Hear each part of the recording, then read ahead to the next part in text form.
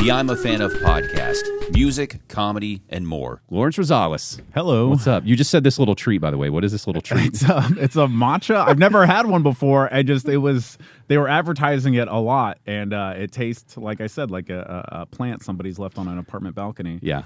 And you said it's good for you, and I said, well, that makes sense. I don't know. That makes total sense. That's why it tastes this way. That's the thing I say to people, though, when I really don't know if it's good or bad. I'm like, oh, yeah, I heard that's good. Oh, I don't okay. really have anything to base it off of. Yeah, I rarely try new things. Like, if you were trying to find me, it'd be so easy. Yeah. It'd be so easy. Well, speaking of new things, man, you've had a whole new, we're about to come up on the year anniversary of the special, which I got really excited about. And for me, it feels like it flew by. I don't know about you.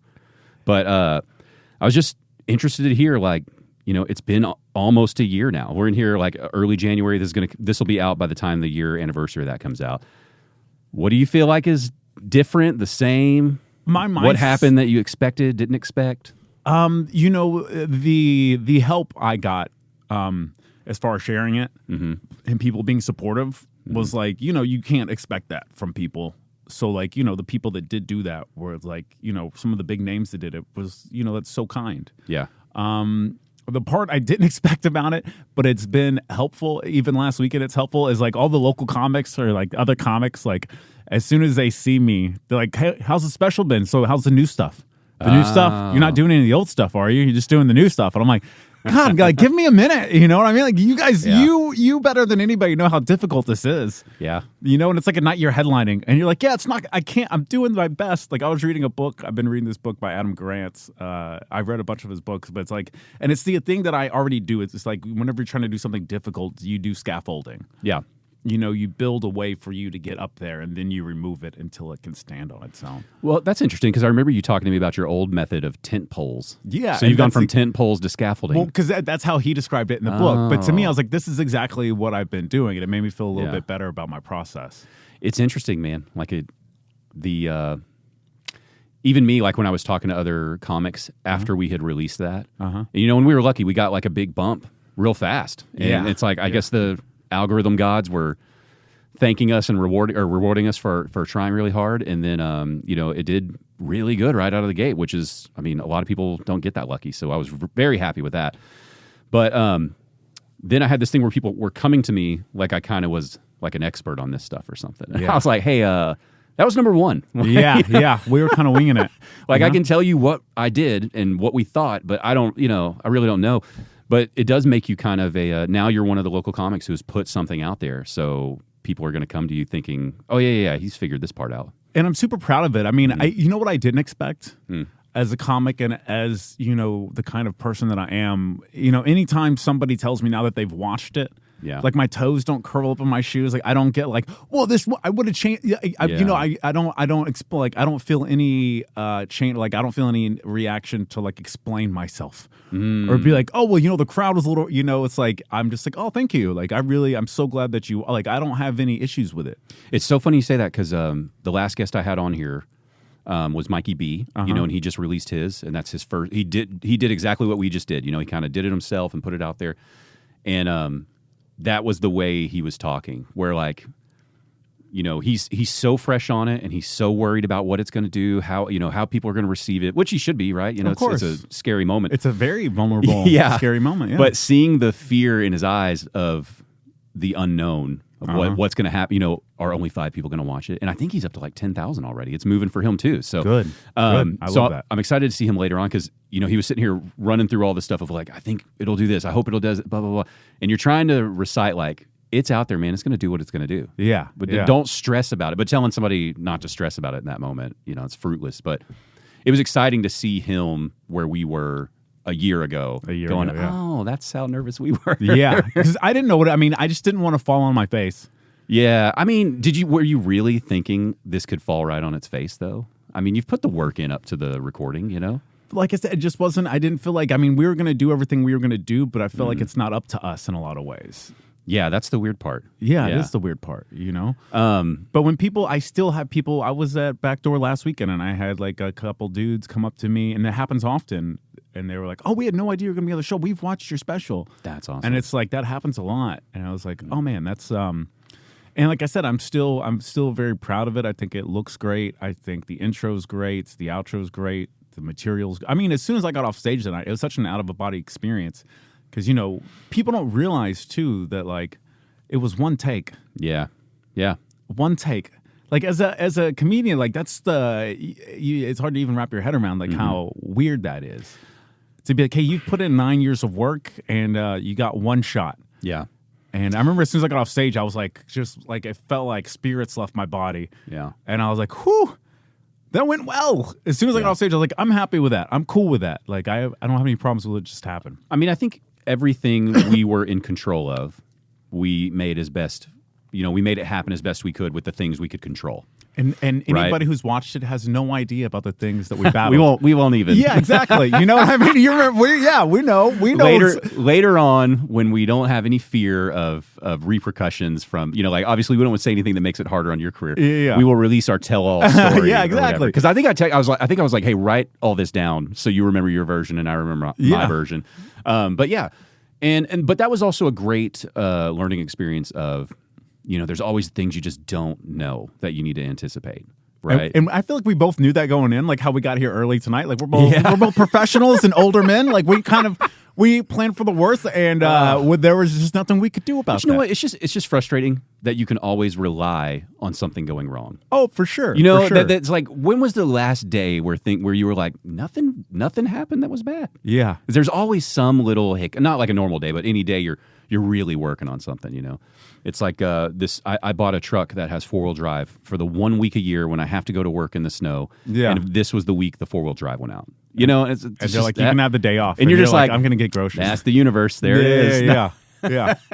No, it's exciting. What I was really excited to hear is, have you changed anything about your style now that you've got to watch yourself perform so much? Have you made any adjustments to your cadence, your timing, the way you do things on stage now? Or did it even cross your mind? I'm sure I have, because for me, it's like it's such a growth. There's always growth. Like if you're not changing it, to do it as long as I've been doing it, and to not change and to not grow, it would seem so boring to me. Like I've got the scaffolding, but I will say, like, I'm entering the phase where I'm getting the headline quite a bit. I just was headlining TK's last week and weekend before that.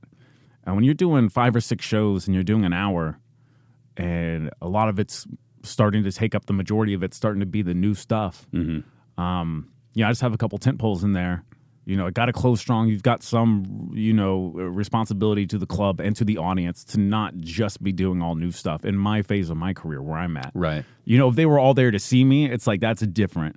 But it's like, you're lucky to have this opportunity. Like, don't fuck it up. Right.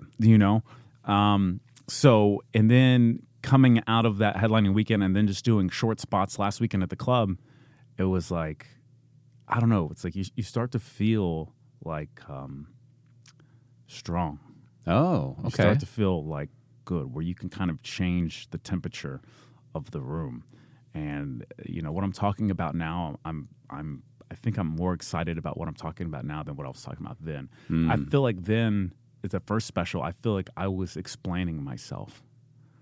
That first special, which I think is how a lot of first albums, first releases of an artist, like that's kind of what it is, like you explaining yourself. And now I think I'm pretty done with that. Yeah.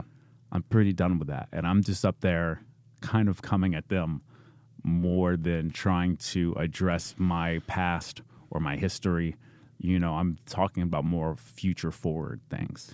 I'm really glad to hear you say that. Because those were some of the conversations we had about, you'd mentioned being ready to like let this go, this material go. Yeah. So I'm glad it's actually feeling that way, that you don't feel like, I should have tweaked that more or did that more. I should have held on to that. That's exciting. Oh, there's definitely times where, because I think anybody that's been around me like knows that I don't typically do the same set over. Right. Like, it might have the same bits in it, but everything gets reorganized, redone. And there's definitely been times, I can't think of off the top of my head, where I'm doing a bit and I'm like, oh man, that would have been like, why didn't I put that line in the special? That would have been so good. But that's life, right? I mean, you have a music background too. too. It's like you record a song. How many live versions of amazing bands have you seen where they change the live version of the song they recorded 20 years ago? It's probably the same thing. And I always loved that too. There's certain artists that I used to go see live all the time where they would like always add like a little wrinkle to that song that you love so much. I used to hate that. Oh, really? I used to be like, just play it like I know it. I want to hear it like I know it. And then it's only as I've gotten older and matured more that I'm like, no, that is really cool that you're getting more of a one-off. Yeah. But yeah, I used to, if it wasn't like it, in my mind, I was thinking, oh, that's lame. I wanted to hear that song, not appreciating, like, you can hear that song anytime you want on that recording you have, that version of it, And then I think it was the realization, somebody explained to me that, that's where record comes from, like you made a record, right? Even though we're all in digital age now, that it was just a record of that moment that you played that song. That doesn't have to be the song, It's just that particular recording of it, that particular record of that event when you guys got together and played it. And so now I've really grown to appreciate the differences, when you hear. I think, too, just watching comedy as much as I have over the last probably 5-6 years now, where I see the evolution and people changing things. Now I kind of get excited to hear some differences, especially on the comedy side, where it's like, oh, that wasn't the way I heard that person say it. Since I get to see some of y'all more frequently, It's the old Patrice O'Neill thing, where it's like he said, no matter how old the bit is, or if I've done it a bunch of times, I always try to tell it how I feel it that day. Mm-hmm. And I think that changes everything. Sometimes that story is, funny to me. Sometimes I'm still upset about it. Sometimes I don't care about it anymore, and that's what's funny about it. Like, you listen to how worked up I was about, like, this is how I reacted to this. Isn't that stupid? You know what I mean? And sometimes I really mean, like, that's how I feel about it right now. Yeah. And you saying that, the only, now that we're digging a little deeper, the one regret I did have is, like, I think it was probably like 3 or 4 months later. I was working with J.R. Brow, and I was at Dallas Hyenas and I was featuring. So, I was only 2 or 3 months out from the special. So the new wasn't, there wasn't enough. The new didn't have much legs on it yet. And I'd let myself get a little worked up, and I was taping myself that night, which I don't do often. And I was taping my set that night, and something got me a little riled up. And I went up there, as I'm prone to do. And I won't go into what it was, but something got me a little pissed off. And I went up there and I basically did, like, I started where the special ended. Like, I just started with all the dark stuff. And I went with the audience and just basically was like, fuck you guys. And I just went dark. And then I just rode that wave. And the amounts of, I've almost thought about just putting that set out just to like let it exist out there. Because in my head, I'm like, it still is probably, as recorded wise, one of the better sets I've ever had in my life. But it's because I just threw everything out the window. And I just let it ride.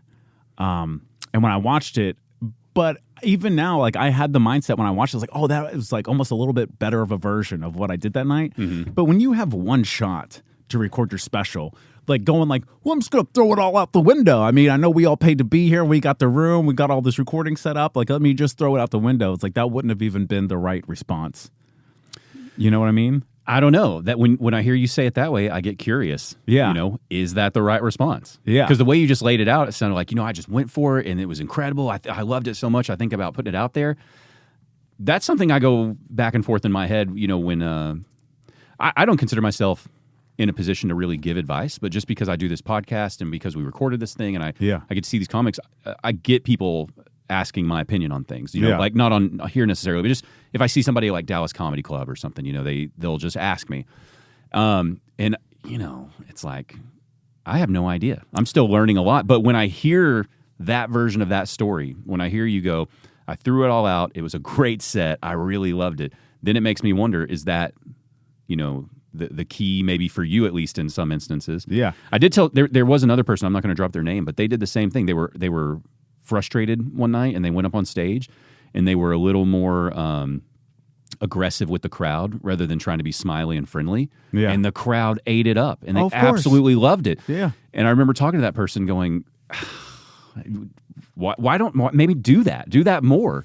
And their response was kind of, well, I'm actually angry today. That's why it worked. That's why the Patrice O'Neill thing. Say Yeah. it the way you feel that day. Yeah. So it's like sometimes with the comics, they don't realize, like, if the material's good, which hopefully it is, like, it's always going to work for the most, your hit rate gets really high.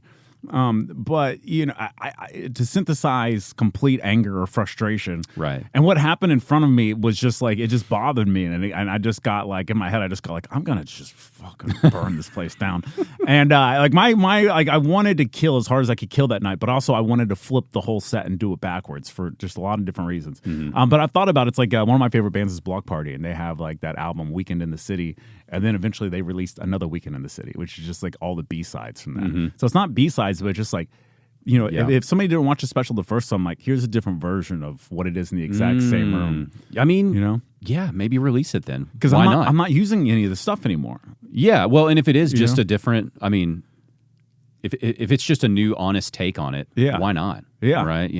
That's interesting. Yeah, I don't know. I'm getting real fascinated lately. I can't say who, but I think I've got another person lined up to record in 2025 that seems serious, which, again, it was a blessing and a curse finishing that project because, I was very happy with it. I was really proud of it. And immediately you get some people reaching out who are ambitious but maybe don't appreciate how much effort went into all that. And, they're like, hey, really want to do something with you, would love to record. I was thinking in like 2 weeks, nothing crazy, just like 4 cameras and audio.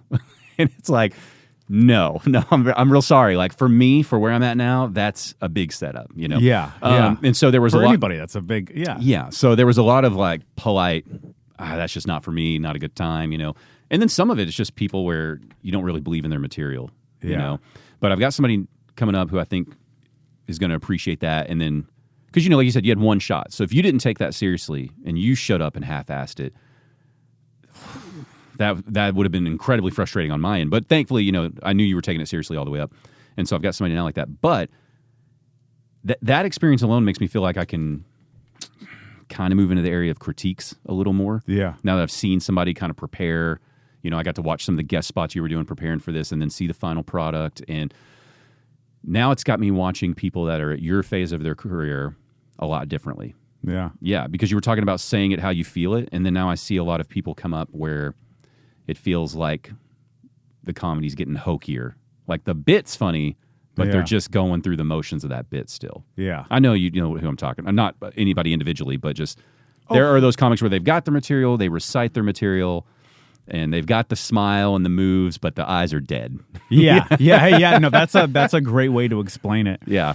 And, we all feel that way. I mean, some nights I show up and I get, I think people think comedians or something. Like some nights I get there and I get out of my car and I slam the door and it's the last thing I feel like doing. And not in an angry, fun way, but like just in a like, oh God, I just had such a day. I don't even feel like doing this right now. And then but it's different. I mean, if you got 5 minutes, that's different. If you got, if you've got 45, eventually, that muscle kicks in and you start, I always kind of have an out of body thing. Like if you're doing 45 or an hour, at some point you click in, no matter what, you just click in. It's like with writing. Like the other night I just was writing and I was hating everything I was writing and I just kept going. And by the time I woke up the next morning, I was like, oh, it was like 10 pages. And like, I like a lot of it. It's going to take me like 3 months just to like figure this out. And then all of a sudden, because my brain was in that rhythm, it's like I took all the new, because I've got a lot of new stuff and it's all really forming together.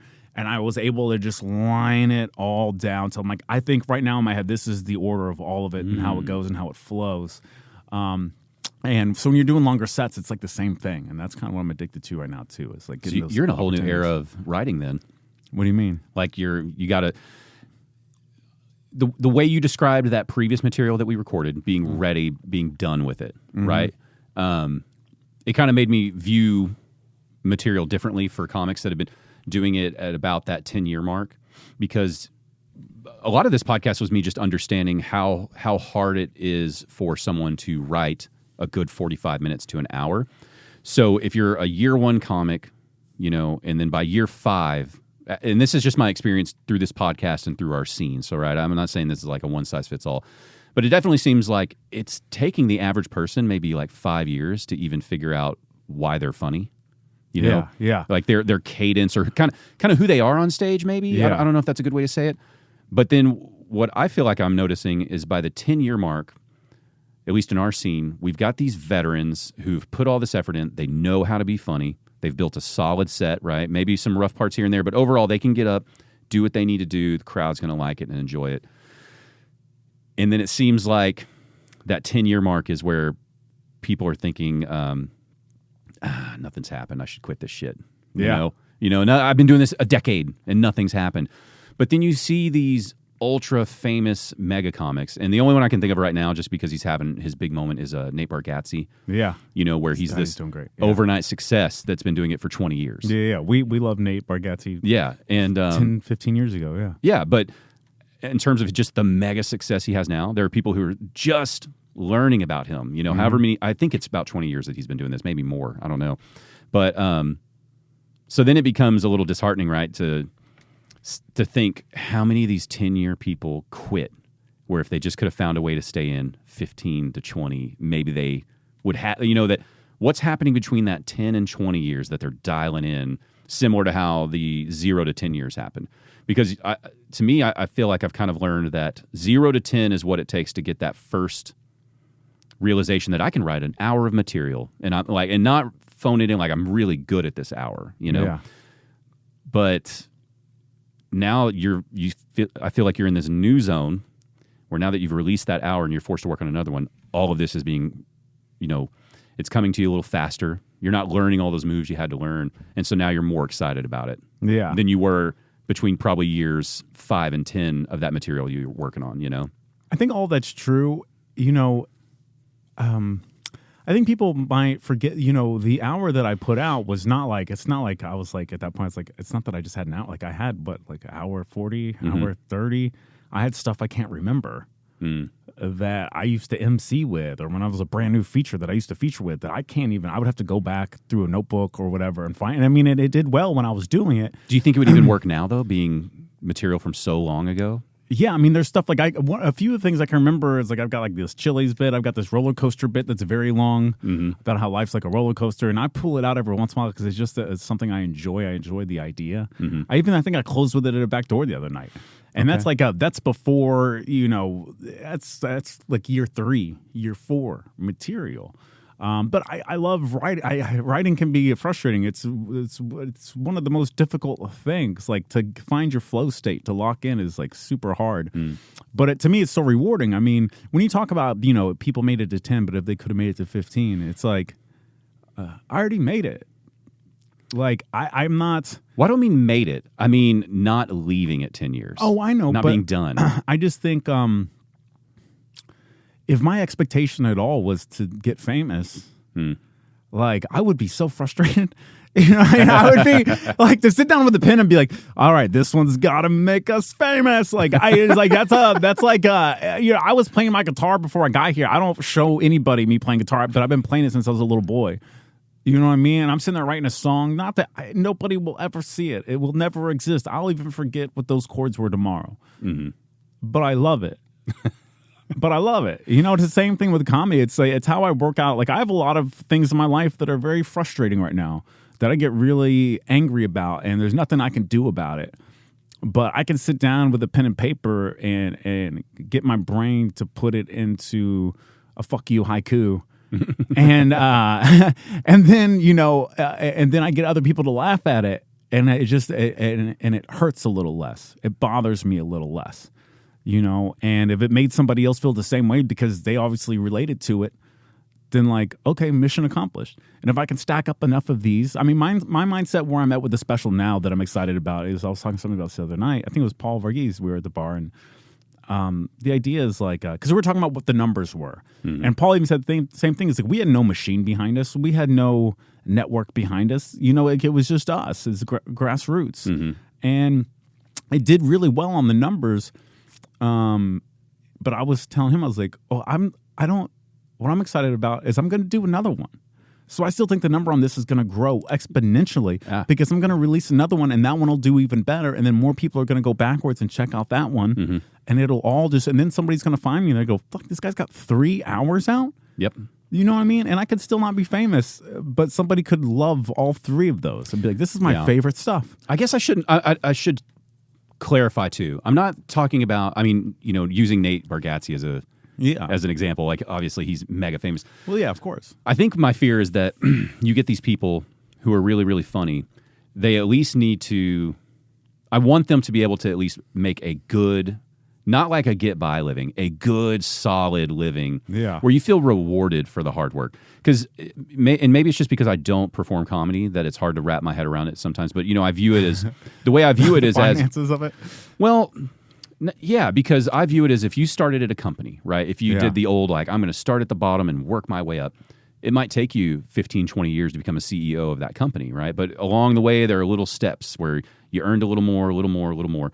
And you guys have that as well. But it's harder to make that tangible for y'all. The jump from feature to selling out weekends at clubs is a big step, right? Yeah. But once you can sell, a full weekend at a club, you're getting rewarded with a living now that's like, okay, this is all right. Yeah. And so I guess that's my fear is when people hit that 10-year mark that they don't realize, like, man, just keep going, because you're right at that point where people are going to know your name enough that when you roll through town, the tickets are going to sell, to the Improvs, to the Hyenas, to wherever you're performing at, And that's my want for the people in the scene that are at that same level, And I felt that growth this year, last year, since the special came out, where I won't say the specific number, but I know a lot of artists or a lot of the other comedians listen to this show. This is the first year that I'm 9 years in. This is the first year I paid my rent, more than paid my rent every month this year with comedy. Hell yeah. Which is not like, and I want people to know, like, my rent's probably a bit cheaper than yours. But I was able to do it, and plus quite a bit. Our koozies was gangbusters. Okay. You know what I mean? And like clubs letting you headline. When you're headlining, you're getting at least 1,000 to 1,500 for the weekend. Nice. And if you've already got another job, all of a sudden, you got two streams of income, and to be able to do that, and then be able to take my kid and we're like, hey, we're going to dinner, and I'm like, this is all paid for with comedy, and you hope that continues and that it can continue to grow. I don't know how to sell out a weekend, but I've had these little moments happen to me this year that have been cool. Like just even last week, like Steve Hurst, a lot of people might not know Steve Hurst. He's in El Paso now, but he was a local comic here when I started. He's a local guy, but he was a headliner. He was always a headliner since I started. He would murder for Randy all the time. And the other day he hit me up Friday at work, and he calls me, and he goes, hey, man. He goes, I'm headlining TK's this weekend, and I saw you were just there. I just want to know what am I expecting? What am I walking into? And we just had a conversation about it. And then once I got off the phone, I was like, I just see myself as like a fill-in. I see myself as like, oh shit, something happened, break glass in case of emergency. Well, Lawrence can technically do it. He can do the time. He can do it. He's definitely available. yeah, he's available. He's just available. But to have, to me, he was always up here, and have that guy reach out and be like, hey, man. And there was just it was a very you're his peer now. Peer kind of conversation. And just even those little things is like, oh, that was gross. I never expected that. I still don't even see myself that way. It just took somebody else treating me that way to kind of feel that. And not everybody's going to do that. A lot of the guys that are at the place when you started that you were at now, let me tell you, they're not always going to treat you that way, which is okay. That's totally okay. You got to be okay with yourself. But the stuff you're talking about, too, is very hard in the city as a local guy when you're talking about money and stuff like that, where it's like, at least in the universe I live in, where it's like, you got to stay humble. You got to stay grounded. I think anybody who knows me knows I hate myself a healthy amount. You know what I mean? But I'm pretty disgusted with me all the time. But but it's like staying humble, but also being like, in this business, to know your worth, you've got to put your foot down sometimes. You've got to say no. You've got to ask for what you deserve, because they're going to give you a little bit less than that. And you're going to have to be okay with it. And then you're going to have to get some merch, and you're going to have to bring that with you. And you're going to have to demoralize yourself a little bit. Like, hey, here's my art. And also, by the way, here's an infomercial. I got this. Please buy this. I have a son. You got to stand out there and listen to people tell you jokes so they can hand you money, which I appreciate. It's not a bad thing. It's not a bad thing. But there are a lot of moving pieces for you to just for you to put your foot down and know what your worth is, and as a comedian. The only other person I've heard talk about that consistently, where they weren't just, they weren't saying that to me, I would hear them give that advice to other comics, is John Stringer. Yeah. He would talk about that all the time. He's like, give yourself a number, whatever you feel is valuable, and do that. Yeah. Because, these places are making a lot of money. If it's a reasonable number, it's going to work out. Well, and I mean, my line all the time is like when it comes to these comedy clubs and all the clubs in the city I love, they're all great. But the bottom line is like nobody's here because the drinks are cheap or because the food is good. Mm-hmm. That is not why they're here. Then nobody's going to tell you that's why they went to this comedy club. They're here because we're funny. Mm-hmm. And if the show's good, then we deserve more than what we got. Yeah. Because you definitely got more than what we got. I think with Rogan's Club opening up in Austin and him not needing the money. Yeah. The rumors you hear that he pays well, if course. you perform there, which you should, right?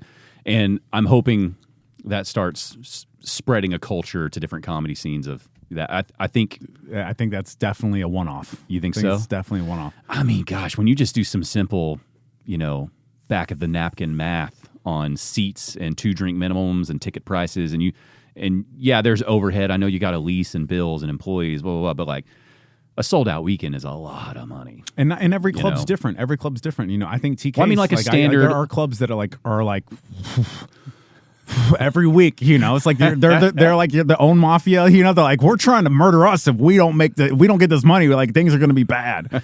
And I totally get that. But also, I have two different arguments about it. First of all, whatever. You know what I mean? Like, I want to get paid. I want to get the money that I deserve for what I'm doing. I know that's not an option, so I'm going to get what I can get. But also, like I said, they're not there for the food. They're not there for the drinks. They're there for the comedians. I think that gives us value. And what I hate is whenever people say this in the city, is like, they'll be like, oh, well, I mean, even if you ask for more, there's just so many other people they could book. Fuck you. No, there's not. There's not that many of us in the city that are actually really, really good at what we do. They haven't put in the years that we've put in. So sure, it's like with any job. I'm like, if you want to just, hey, this guy across the street will, do this for you for $5, or you got to go to an actual professional. Mm-hmm. And there's, there's about 20 of us in the city. If you need a feature or a headliner that are worth the money that these people are paying to get in. Yeah. So don't tell me you can there's just so many other people that can fill the job. Fuck you. No, there's not. There's not. Off this podcast, I've talked to so many comics about that exact thing where they say, well, Dallas, Fort Worth, it's so huge. There's somebody else who's willing to take nothing just to get on that stage. I'm like, no, you suck, and you don't realize that you suck. Yeah. So you think that anybody else can do what you're doing. Right. And I'm not trying to be a dick, but like it took me almost a decade to get to this place, and I've had to travel all over the country and see it work in different states for me to go, I don't believe that. I don't think you can just call somebody else. No. I think you're lucky that I'm here. You're lucky that, there's so many clubs I played where the show's over and people are walking out and they had a great time. They're coming over, they're buying a ton of merch. Why are they buying that merch? Because they had a great freaking time. Mm-hmm. And I go to these shows sometimes and I see other people doing the same spot. It's not the same results.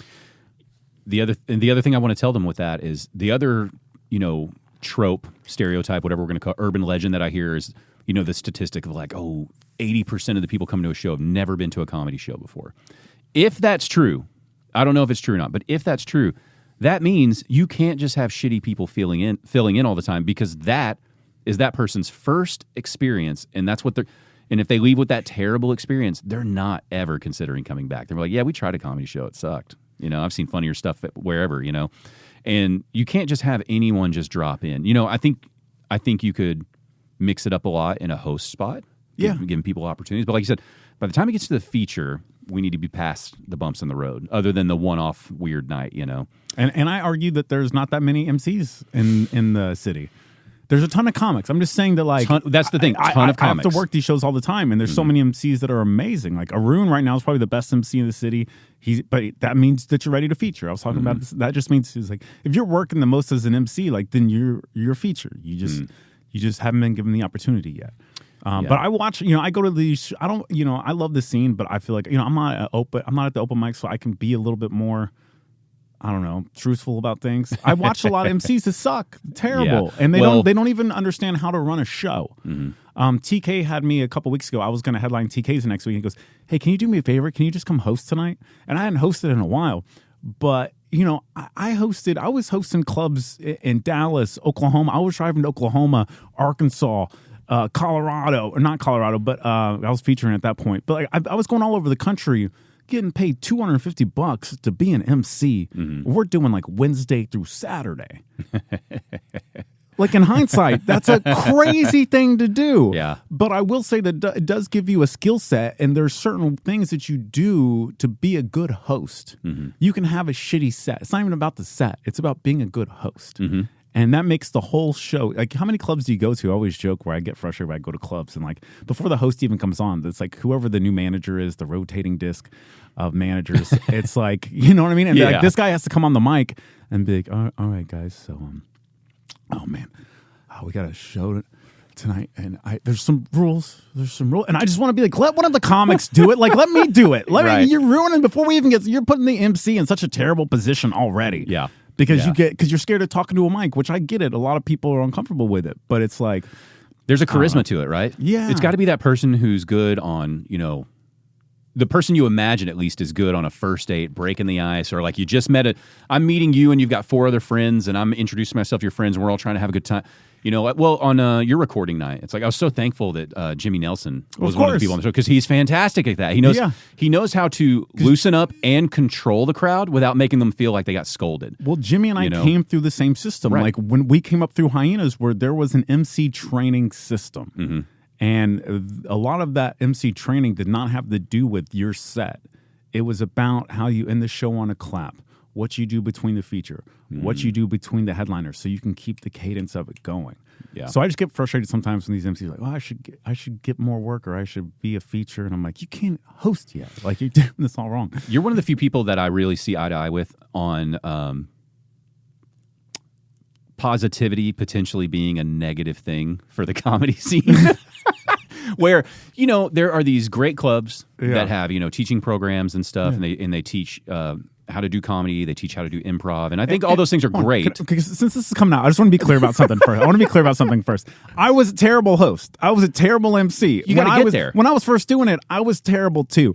But my opinion comes from the idea, it just comes from whenever people go like, well, they'll just get somebody else to do it. I'm like, well, no, that's where all this is coming from. Okay, where I was leading to was that when someone does horribly or has a bad night, I think maybe it's just because we're a little older. There's a generation of people, I think, who are like, who are able to tell you like, whoo, that sucked. Yeah. But you're still supportive of like, better luck next time. You're going to get them. You know what to work on now. I'm cheering for every comic. I'm cheering for, like, I love comedians. Like, I want to see you do well. I love to see growth.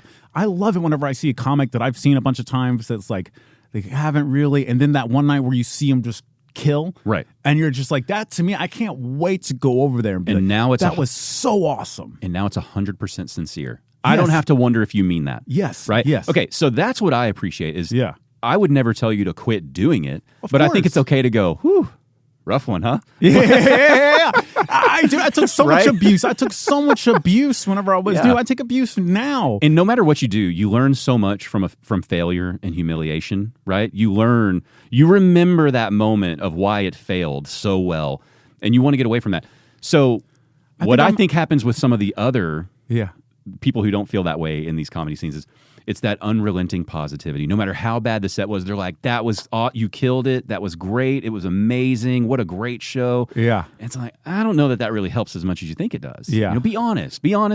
Give some positive criticism, but stop with all that shit, And somebody online made a post that they worked with a comic in another scene somewhere who's already had success and is doing very well, and they had the luxury of working with them.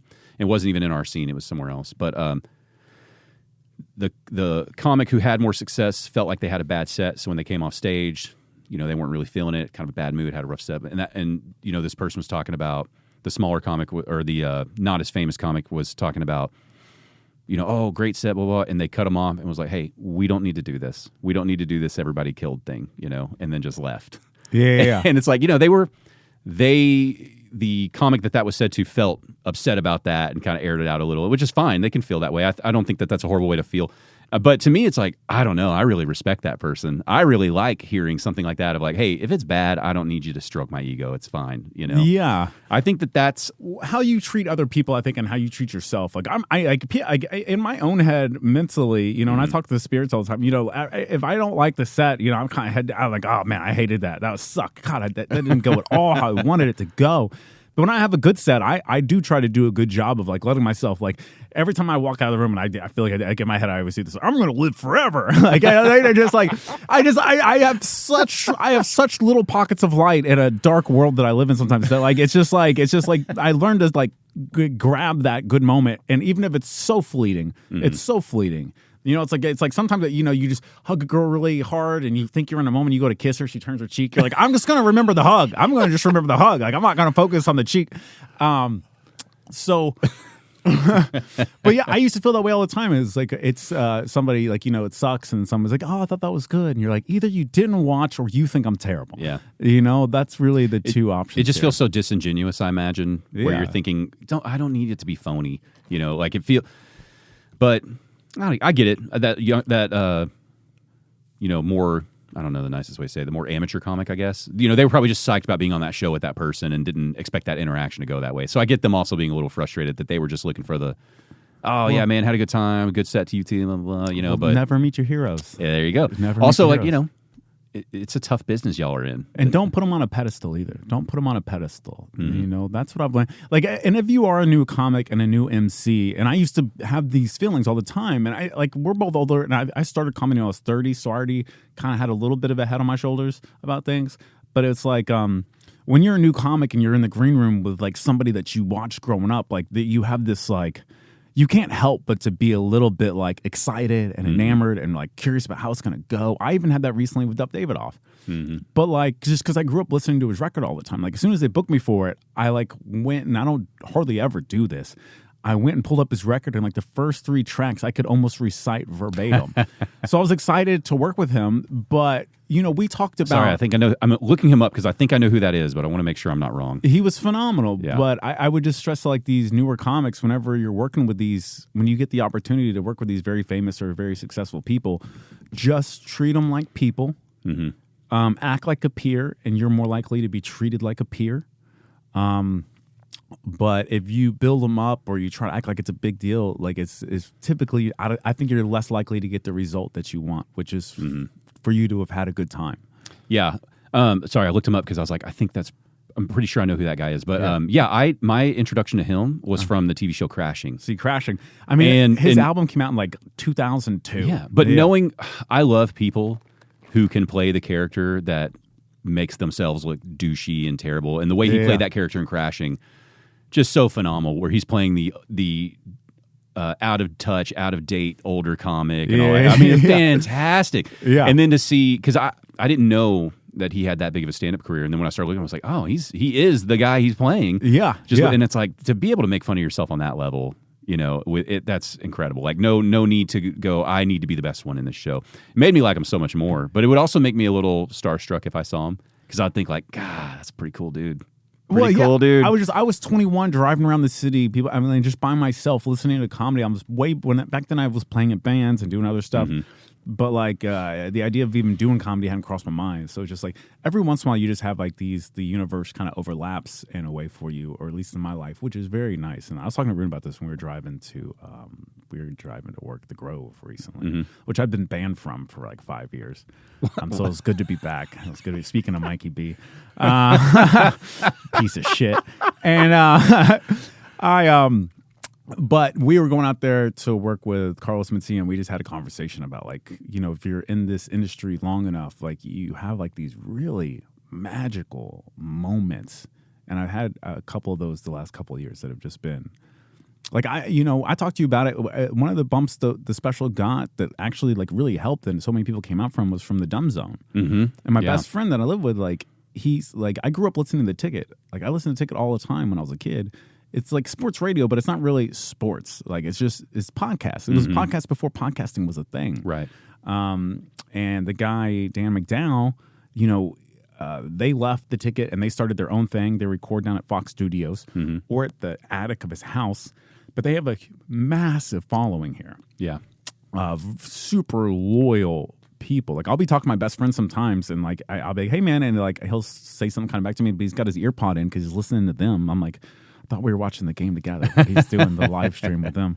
But you know, and Dan McDowell is just somebody I listened to for 20 years. And then he had me on the show. He wanted to interview me. And then, it's like, which that was really amazing. Then they kept having me back on. Then Jimmy got to go on. And then I'm just coming home one day and I'm like about to lay down to take a nap. I just had 2 vodka waters at Austin Avenue. And I'm just going to take a nap. And like, he calls me because he has an idea for a show. And I'm like, in my head, I'm like, he's like, hey, I'm surprised you answered. I'm like, hey, I'm surprised you called. It's like, I listen to you. Like, I don't say it. I never told him. I was like, I listened to you on the radio for like 20 years. Like, you're an icon to me. It's so weird to have those like little... Or like being at the Kessler Theater, like I remember my 5th birthday, the album I got gifted. Like one of my friends gave me the Tripping Daisy album. Mm-hmm. And then it's like, that was 5th grade. It's like 20 years later, what are they now, Polyphonic Spree? Yeah, I don't know if it's all the members, but yeah. Well, it's the main guy, the lead singer, and he's coming down the stairs and I'm opening for them at the Kessler Theater. And he just starts talking to me. He's like, hey, you want me to introduce you?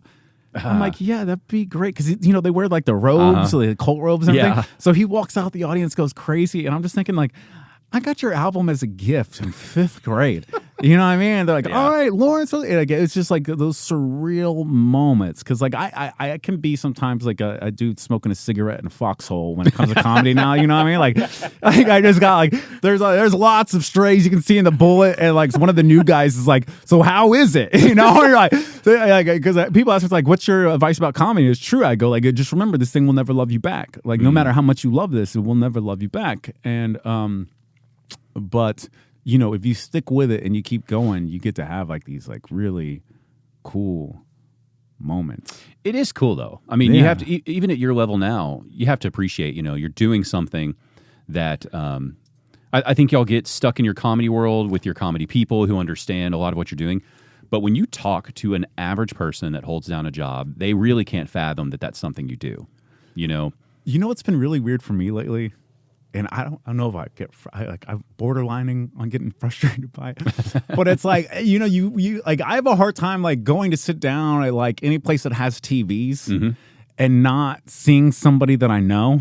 And like, at first, like, oh, it's cool. I know that guy. But then after it's happened like the 10,000th time, you're like, I guess things just really didn't work out for me. You know what I mean? I don't know if like this is like a sign from the universe or if I'm being haunted by it. I don't know. Like I was just working with the dude from Saturday Night Live. It's a Mexican guy.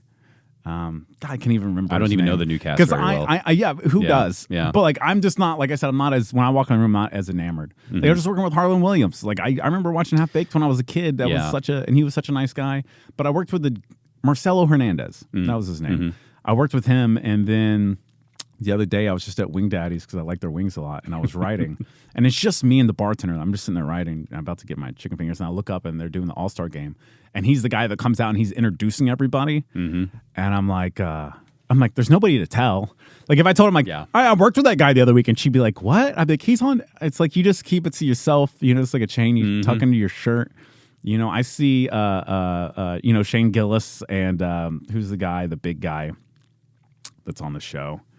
The big guy that's on whose show? Well, it's like that commercial. It's like the guy with the red hair. It's Shane Gillis, and then big fat guy. He was on Come Town. Stravos. Stravos. What's his name? Sorry.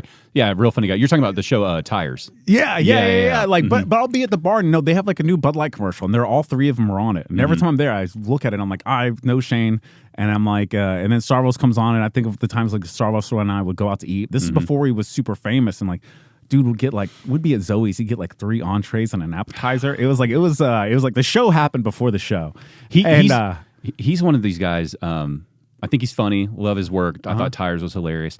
And it's like, man, he makes me laugh so hard with how physically uncomfortable he is and how gross he looks sometimes. But I know he leans into that as well.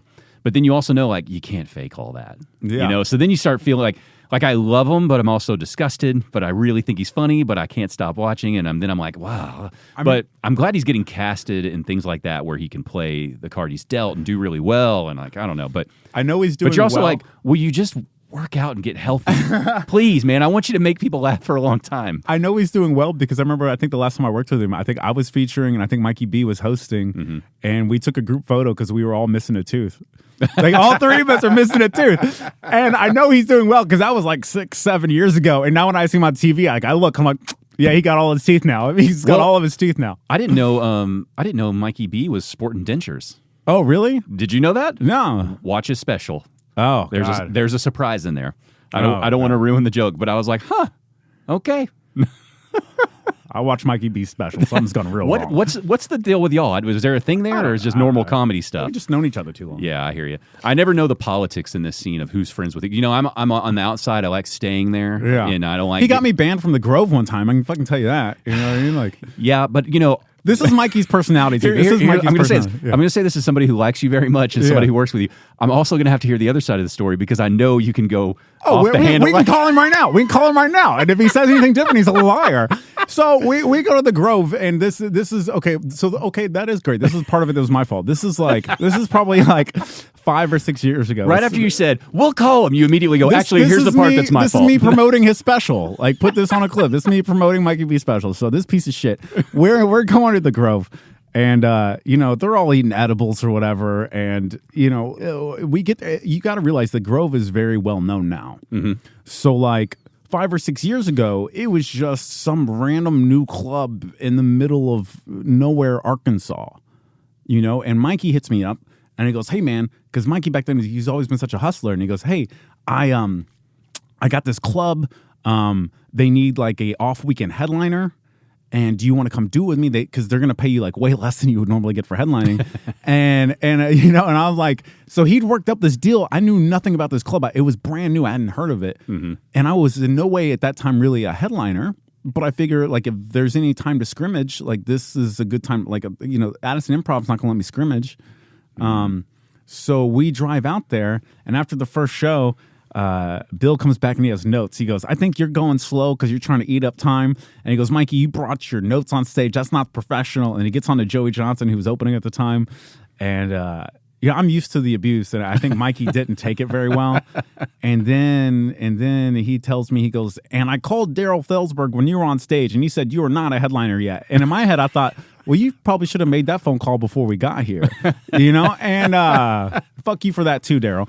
And I love Daryl and I'm glad he's okay right now. But like, and Mikey, but and then they got into a big argument when we were leaving. And I just remember Mikey running back and jumping in the car. He goes, yeah, we're banned from this club. and then we just drove back because Mikey got into this huge argument with him. But this is Mikey's personality, right? This is Mikey's personality versus my personality. So it's like 3 years after we got banned from that place, and now it's like turned into a real club, and it's like now they're booking real headliners, and it's doing well, it's taking off. And I told Mikey, I go, man, it's been 3 years. I feel like I should be able to like submit my avails to Bill and see if I can still get in. Like, you think does that sound weird? And Mikey looks at me and he goes, I've emailed him every week for the last 2 years. I'm like, you're the one that got us banned. You're the one that got us banned. You scumbag. See, look, promoting the special. What y'all need to do? Y'all need to do a comeback weekend at the Grove where it's just the same trio, just you, Mikey B, Joey Johnson. Jesus Christ. Now that there's been some time. I don't know. Me and Joey are going to kill ourselves first, or Mikey's going to die from his weight. That's three bad. Yeah, that's a rough I sent him part. a text. I was like, hey, man, as much as I love running, I was like, if you want to get into running, try to get healthy by next December to do like a half marathon or something here in Dallas when that marathon comes around. I was like, I would sponsor you because I've gotten to where I want to start sponsoring people for these events just because I enjoy it. It's a good way to promote the podcast in a different way. Yeah. He was like, yeah, I don't think there's any part of me that's ever going to do that or something. yeah. But I was about to say, yeah, that's just never going to happen. But no, I mean, it's like, he talks about it as special. I'm not airing anything people don't know, but he's had his heart attacks. He's always had issues with weight. Yeah. He's had this storied drug history that doesn't help a heart condition, and so I was thinking like, I just want you just a little healthier so I can keep hearing your jokes for, I don't want you to be that comic where it's like, he just couldn't quit. It's like, fuck. But no, that would be hilarious if the three of y'all could get back together and somehow do a weekend at that club. Right. Y'all should pitch it to the owner that way of like our apology weekend or something. But so Megan King booked me to do the Grove, and I let her know. I was like, because Jimmy, I think, has told me, he goes, because he was working all the time, he goes, Bill said you could come back. And I was like, okay, well, I mean, and then, Megan booked me for it. We're going out there to work with Carlos Mencia. And as soon as I walk in, like I walk up to the bar just to say hi to Bill. I'm like, hey man, he goes, I'm not going to make you grovel. And we all know how I was like in my head. I was like, well, that was not like I was not going to. What a crazy expectation. Like we're in Lowell, Arkansas. Like the day I grovel in Lowell, Arkansas, But I love going out there with a room because the room's so different. Like, it just coming from a different culture. Like, when I forgot, I hadn't been there in so long. Like, they have this, like, as soon as you get to Lowell, Arkansas, which is in Northwest, like, I got there was a big billboard in the parking lot, and it's like this white guy, and then it said NWA. I just looked at Arun and I go, hey, what does NWA mean to you? And he goes, Northwest Arkansas. And I was like, whoo, glad you went first. Glad you went first. That's not, I grew up in the 90s. Like, it's not what that is. My mind was waiting for some weird punchline of like what it actually meant. Like, I was like, oh, is there still like a group up there that? Yeah, exactly. But it was like to see a white guy on a sign that says NWA was like, it really throttled my brain. But to Arun, that was not confusing at all. It's like, no, it's Northwest Arkansas. I was like, oh man, I didn't see that coming. Yeah. Yeah. And that was a cool weekend, man. Like, Carlos Mencia, so many people give him a hard time. That's one of those like weird moments too of like, I remember watching him when I was a kid. Like, I would watch his TV show and like working with him. He was super kind. He explained the Joe Rogan thing, which I thought was weird. Like, in the first, I was going to ask. I didn't want to bring it up on here, but since you did, I didn't want to bring it up either. He did in like the first 5 minutes. Like, he wanted to explain to us the story. Does and I'm he like, feel like he has to bring that up? Because even Joe has said on his podcast that like he would have handled all that differently. Well, of course. He's like, as a more mature adult, he's like, I handled that poorly. That was not the right way to do it, and blah blah blah. And so, what is? Well, I don't know if you want to say what he said, but I mean, so he just opens up saying, I was in the green room for like 5 minutes. I'm just like, hey, nice to meet you, Lawrence, whatever. And he's like, well, and everybody wants to talk about the Joe Rogan thing. But it's like, I know he's had so many experiences, but it was like, in a way, it was that would have been the last thing I would have asked him. But as somebody who went through like all the drug stuff I went through and like just being done apologizing and all that stuff, it was like to see somebody who's that successful and that talented, like, still feel that weight on them, like, what we were talking about earlier, whenever that guy was being rude because he had a bad set and somebody felt that way. I remember working with Eric Myers, RIP, Eric Myers, and I remember I was a new MC at the time. We were working in Oklahoma City, and he has like an opening bit where he puts his shirt over his head and he humps the air. And it murders, but one night it didn't. And like, it's so like, that's the hard, like, for you to put your shirt over your head and like not have it work. It's like I remember looking at the picture and being like, you think he's gonna? I go, you think he can get him back? And he goes, he'll get him back, but they won't respect him. And I remember that night when Eric. If you don't know Eric Myers, go home, watch Eric. He is phenomenal. I mean, just punchline. It never stops. Can I tell you, I'm forever connected to him because I chose to go watch a comedy show on my bachelor party night, and he was the headliner that night. Amazing, and right? we're in there. I mean, just hammered. I mean, I just remember going in and out of blackness. Yeah. But once he started performing, I just remember going, oh wow, all right. All of a sudden, the blackout was gone. I'm watching a comedy show. And his physical, the stage he was on, it was Hyenas Dallas. It's a smaller stage. Yeah. And him using all of it, just left to right, swinging his arms up in the air. And he's got that unique voice. Yeah. And he plays into that really hard, I imagine. Really hard. And so I remember thinking that was an incredible show. That was great. And then blacking out. But then later finding out he passed away and then seeing all the love he had from all these other comics, all the respect. I was like, oh, wow. So that guy was a bigger deal than I realized at the time, He was so phenomenal. But that night, he murdered all weekend. But that one set, and I just remember when we got back to the condo, he just went and laid down on the couch and kind of curled up into a ball. And it was another one of those instances that made me feel okay because I was like, oh, that's what I do. I feel like sometimes I would bomb so hard I'd get home and my dog wouldn't be wagging her tail, and I'd be like, "How does she know?" You just start like she's embarrassed. But yeah, we were in Arkansas, and it was just one of those cool things. Like I watched him on TV, and then he was very kind to me. Every headliner that's big can be a little standoffish, but it was like I had this cool kind of like old school Hollywood, old school comedy. Like I still like the era of like I grew up watching Tough Crowds. Like you would hear the stories, and his manager started being like was watching all my sets, and after I've been banned from this club, so he goes, I want to see you do more time. Like we really would love to see you do more time. And I was like, all right, well I didn't want to explain myself. I'm like, I've actually been banned from this club, so I'm gonna kind of stick to the rules the best I can. And I go, okay, well, I kind of got to stick to the time. He goes, all right. And then he just said that to me. So the next set I go up, and I'm just like, but I'm trying to, I looked up to Carlos Mencia growing up, despite all the Joe Rogan stuff. So it's like, I go up there and I'm opening up with closers. Because when you're doing a shorter amount of time, I'm going to do 3 openers. I'm going to throw a couple closers in the middle. Then I got a couple more closers I can close with. And I was like closing really strong. And then the manager goes to the back and he just does this. And I can see Carlos, like they're not making me stretch because they need me. Yeah, he's not running late or anything. They just want to see me do more awesome. time. But they also wanted to see me, I could tell, do more time after I thought I was done. Yeah. You know, back it's like in a corner a little bit back in into a nice corner. way. Yeah. But you need that, right? Yeah. I mean, like I said, I don't know much about on stage performing comedy. Yeah. But I think no matter what you're doing, you know, you got to get into that point sometimes where you're in a good, desperate state to see what you can do, whether it's playing sports or whatever. You know, you gotta back into that corner every now and then. That's really cool they were doing that for you. And, you know, and then that was over, and his manager was like, hey, and he put his number in my phone, and he took my number, and he's like, we want to work with you again. And then it was a surreal moment where they hit me up, and he's like, hey, I want you to work with Carlos in Addison. I was like, okay, cool. So I show up, and I thought it was going to be, they told me he typically does 2-man shows. So I thought it was going to be just him and I walk in, and there's like 2 other comics in the green room and Carlos. And I'm like, hey, how you guys doing? And I start realizing that they're also all on the show. Then like a third guy appears in the hallway, and I'm helping with the meet and greet. And this dude comes and stands next to me, and I'm like, oh, are you for the meet and greet? He goes, no, I'm one of the comics. And I was like, oh my God, how many people are on this fucking show?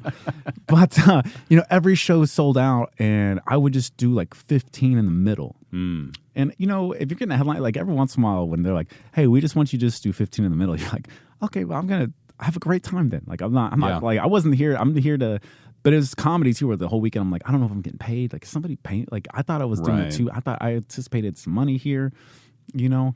And I asked Carlos, I'm like, can I sell my koozies? He's like, do whatever you feel like you need to do, which I kind of felt like was weird too. But yeah, like, are you testing me? What does that mean? But at the end of every show, he would bring everybody on stage. He'd bring all the other comics back, and we would kind of riff with each other. And then at one point, he wanted us to do street jokes. And this is where I get my little, you know, as a man who's lost everything a couple times in his life, I hold on to like these little weird things, you know. I'm like, well, I don't tell street jokes on stage. Like, that's not something I would ever do. It's like the first night, like I just do like one of my jokes, but just like a really short one, like a sex joke or something like that. It kills, it does well. And then we move on, and he goes, hey, we do street jokes. And we get off stage. I'm like, okay. Next night we go up, he pulls us all up, and I do the same thing. I just do a different short joke. And in my head, I'm like, maybe he'll think this is a street joke. And we get off stage, and we're all hanging out that night, and I go to leave. He goes, hey, Lawrence, and he puts his arm around me and goes, I like you a lot, but tomorrow night you tell a fucking street joke. And I was like, all right. You know, I think I'm coming around on the idea, you know, but it was just such a weird... I just remember watching, you know, like walking through my grandmother's living room as a kid, and like Carlos Mencia's on, and Carlos show's on. And then, like, once again, 20 years later, she's put me in a headlock being like, tomorrow night you tell a fucking street joke. You're yeah, like, all right. That's wild. Well, I mean, even just Harlan Williams, like you're talking about, that guy was just so iconic. I mean, he still is, but in our generation, he was, you know, you saw his face in so many things. There's even a children's show that he is, I don't know if he produced it or if he's just the voice. Yeah, it's like Puppy Pals or something. There's these, because my kid was watching it, and there's these 2 dogs. They have like a necklace with powers or something, and when their owner leaves, I'm going to look it up real quick. When their owner leaves, the dogs go and like solve a crime or solve a mystery or something. Oh, really? And the voice of the owner is Harlan Williams. And that is the weird thing too, like going to work and like being around people that I hang out with. Puppy dog pals. Puppy dog. Of course it's puppy dog. Puppy dog pals. He's got a puppy dog pal's face. Well, it's all animated. He's just doing the voiceover, you know, and it's just these little, they could have gotten anyone else to do that. That's why I assume, like, did he have a role in producing this or something? Because it's not like his voice is crucial, but when I heard it, I went, huh, that's fucking Harlan Williams, the guy from Half Baked, huh? I remember sitting in the green room with him too, and I was like having to do flashcards because I was trying to get licensed for this new job that I needed because I have a I remember kid. that. And I'm sitting there doing flashcards. I'm like, oh, this is a really cool moment. They're like, you're up next, and I'm like trying to memorize what uninsured liability means. So, you know, like it was a little like not frustrating. Like I'm glad I got through it and everything worked out. Yeah. But having all those moments, like you're talking about John Stringer earlier. I guess I'm just doing my since the special like John Stringer. You know, we did El Paso. I've never been to El Paso. But if you've never been, go. Like, it's Wakanda for Mexicans. Have you been there? Yeah, I've been there several times. Oh, I love it. I'd never been to a Starbucks where everybody was Mexican. Like one white guy walks in, you're like, what are you doing here? What is it? It's I-10 or I-8 that goes there that's running along the border, basically.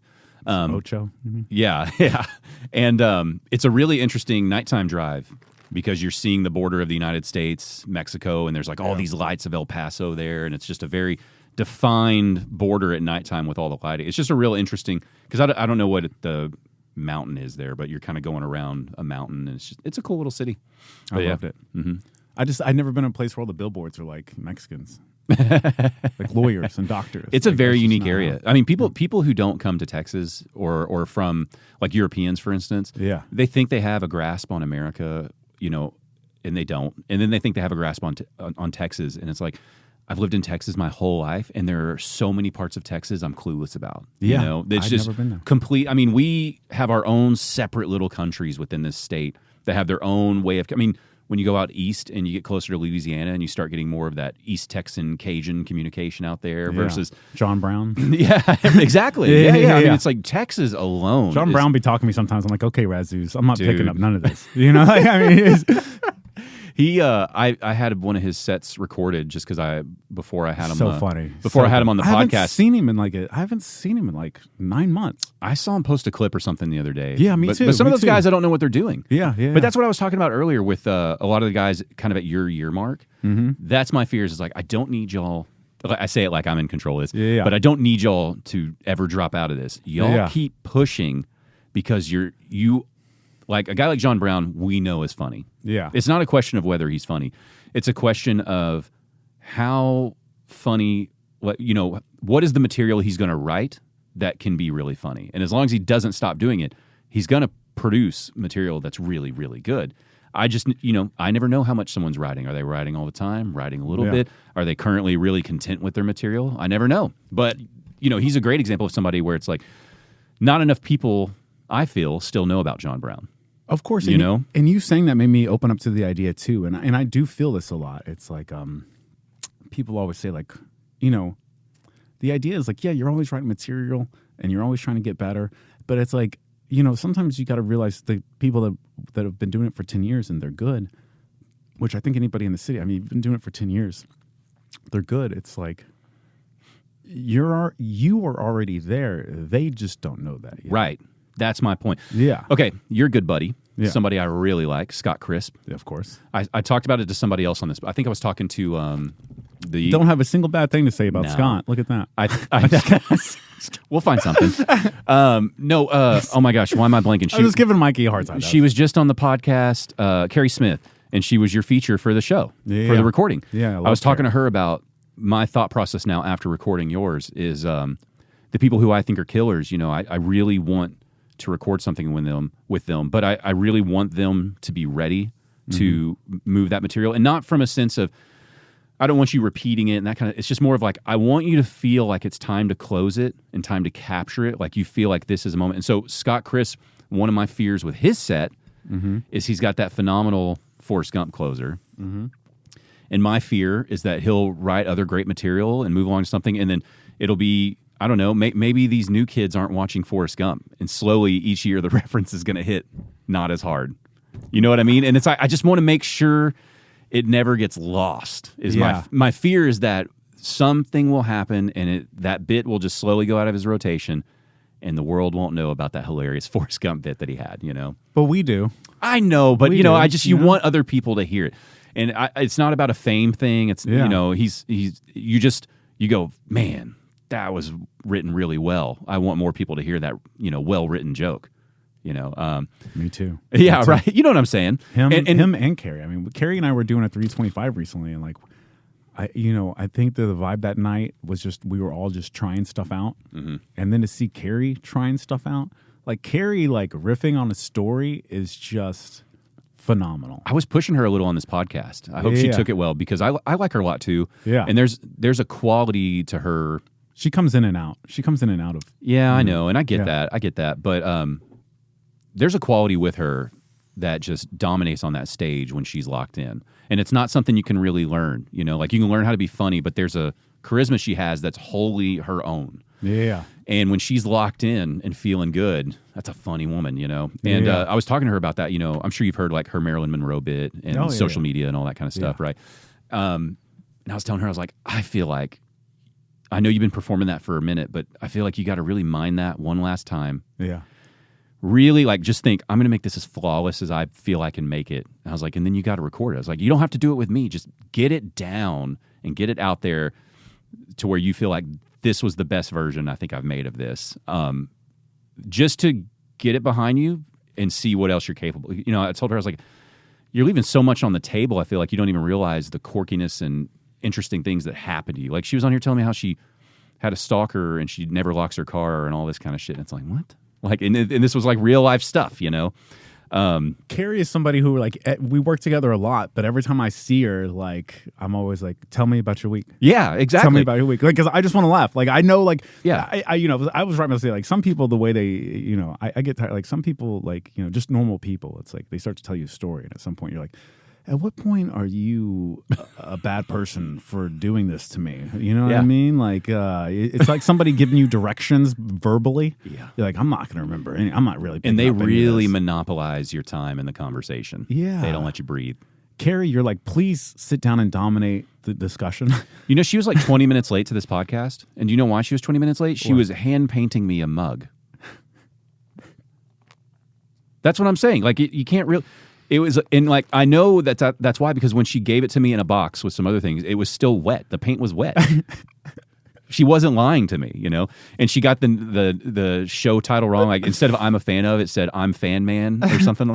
And on the inside, there's a dick drawn in it. And it's just ugly, hideous mug. And it was so fresh that like one of her hairs was stuck in the paint, you know? And that's why I was kind of leaning in on her on the podcast of, you know, I don't know. I think she's a good example, as well as there's some other people in our scene. I don't know if they really appreciate that they're capable of writing, you know, 30 minutes, a new 30 minutes as often as they probably could. Yeah. I don't know if it's a confidence thing or a realization thing, but there are some people here who are capable of writing so much more than they perform. And that's what I was about to say. I mean, I run into this all the time because I write a lot. I do write a lot. Sometimes I get mad at myself. I'm like, we don't have anything new. And I'm like, then I back up. I'm like, I think we've almost got a new hour. You know, I mean, I think we've almost got a new hour, but it's always being hard on yourself. But like the other night, like this, like I just had like one of those just like vomit, like 10-page, like I kind of like all this stuff, and it's a lot of it's built up in me, and it all came out, and I'm like, oh, it's gonna take me a couple months just to sift through all of this because you just don't get the stage time, that is required for you to figure it all out. Yeah, because you can't dedicate that whole stage time. Like I'll be at Backdoor tonight. Even if I close, like I cannot, even if I have 10 minutes, only a small part of that can go to, here's something I wrote down last night. Right. You know what I mean? But luckily I can do the whole set with just the new, but something that's even newer than the new, it's like, you know, you gotta have, it's gotta go in the pocket. Yeah. Yeah. You're in a weird zone now where you're writing a whole new thing for a new recording at some point, and then you're also writing a bunch of material that won't be part of that. You know, and so that's what people don't get to. I remember Nate the Snake. I'm not even sure if he's still doing anymore, but I remember when I was a new MC talking to him, and I was like, "How much time do you feel like you have?" And he was a feature at the time. He goes, "I've got 30 minutes." I go, "I figured you'd have more than that, you know, since you're doing 30 minutes." He goes, "No, I mean, I have 30 minutes. I do like I've had 30 minutes several times, but right now I feel like I've got about 30 minutes," and that like really stuck in my head about like I was saying earlier, like when I record the special, I wasn't just like, all right, I've got to do everything I've got. It's like, no, I was like, there was a narrative. There was even some stuff that might hit harder, but it didn't fit what the thematic theme became, you know? Yeah. And I'm still figuring that out too. I mean, my new stuff has become kind of aggressive. Some of it, I think, by my relationships, I've been a little radicalized by women, which I never thought I was going to be doing. Like, there's like but you're in a new chapter of your life. You know, going through a separation, getting yourself healthy. You have a child, and you got your ducks back in a row in terms of, you know, your own personal, you know, happiness and not screwing yourself up all the time in different ways. And then, you know, you're taking steps in your career that pays the bills, as well as your artistic career that now apparently is also paying the bills, which is great. Yeah. And so yeah, naturally that's got to be frustrating. You go like, okay, we're back in the dating game. Whole life's different in all sorts of different ways now. Yeah, and I waited a long time. I'm going to be 40 next month, and I've never dated as an adult, which is weird. Yeah, that's right, because y'all met when you were fairly young, right? Yeah. I met my ex-wife when I was 23, 24. That's right. I forgot about that. You know? And then that's all I've known, and I'm 39. So it's like, but I was telling my, like, you know, with the hour out now, I don't know. That's just where I'm at in my life, man. It's like, can you really find time right now when you're working, you got your kid, doing comedy? Like, is it difficult to even put out, like, this night I think I could manage a date with someone? Oh, dude, I got so much time. Oh, you do? Okay, yeah, good, I got so good. much. Like, I'll work out for like 2 hours. Like, it's like. Okay, I don't feel sorry for you anymore. Yeah, I've been scared. Like, because I want to see the kid as much as possible. Lately, I've been seeing him a little bit less. Like, not of any doing of my own, but it's what the situation is. Mm-hmm. It's how it is, and but it's like, I'm really happy with where I'm at as a comedian. I lost 50 pounds. I've never. Yeah, you look the best I've ever seen you. I'm at the best I've ever been physically in my entire life. Mm-hmm. Financially, I'm the best I've ever been off my entire life, and it's like, like I keep staring at the vein popping out of your arm. I'm like, this son of a bitch. But I'm like, I got to quit yelling at Mikey and start trying to be happy. You know what I mean? Like, that's what I got. Like, that's what I got to do. It's like I got to step out on the tree branch of trying to be happy, and I think sometimes I worry that's going to get in the way of the comedy. Do you remember us talking a long time ago? I don't know if it was the first or second time you were on this show, but where my introduction to you was at a Hyenas open mic where you had some kids in the crowd. I say kids, some college kids in the crowd were heckling somebody doing their thing, and the person on stage asked for help. Like, they were talking about a historical thing, and they wanted like presidential names or something, and they were like, I thought this was a fucking comedy show, not a history class or something, and it's not going well. You came up afterwards and you were making fun of them about, like, I still remember the line. It was something like, you guys look like you're out celebrating that your dad's just fired people. Something like that. Anyhow, but I think that might have been like the heaviest you were at that point. Oh, so probably. I think I saw you close to your heaviest. Yeah, like 50 pounds. Yeah, 6 pounds heavier, yeah. So to see you from then to now, like, yeah, dude, like, you're really in shape. Like, you're not just like, oh, I got healthy. It's like, you're pretty ripped. Yeah.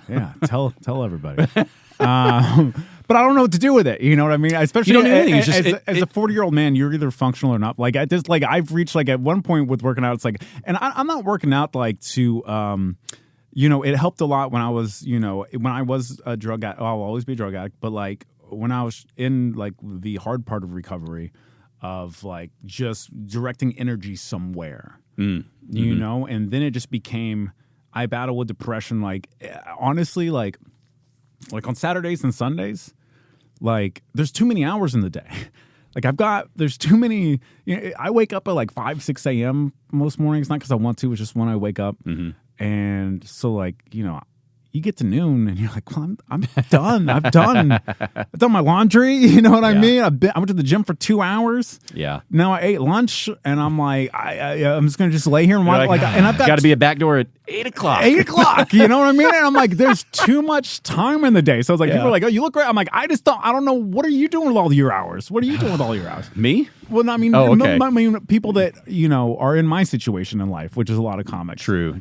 You Well, know? I know, but I, my history in terms of artistic things, like with music specifically, I always had a hard time when I was in a band with someone, because I very much have a, like, let's go. There aren't enough hours in the day. Let's work.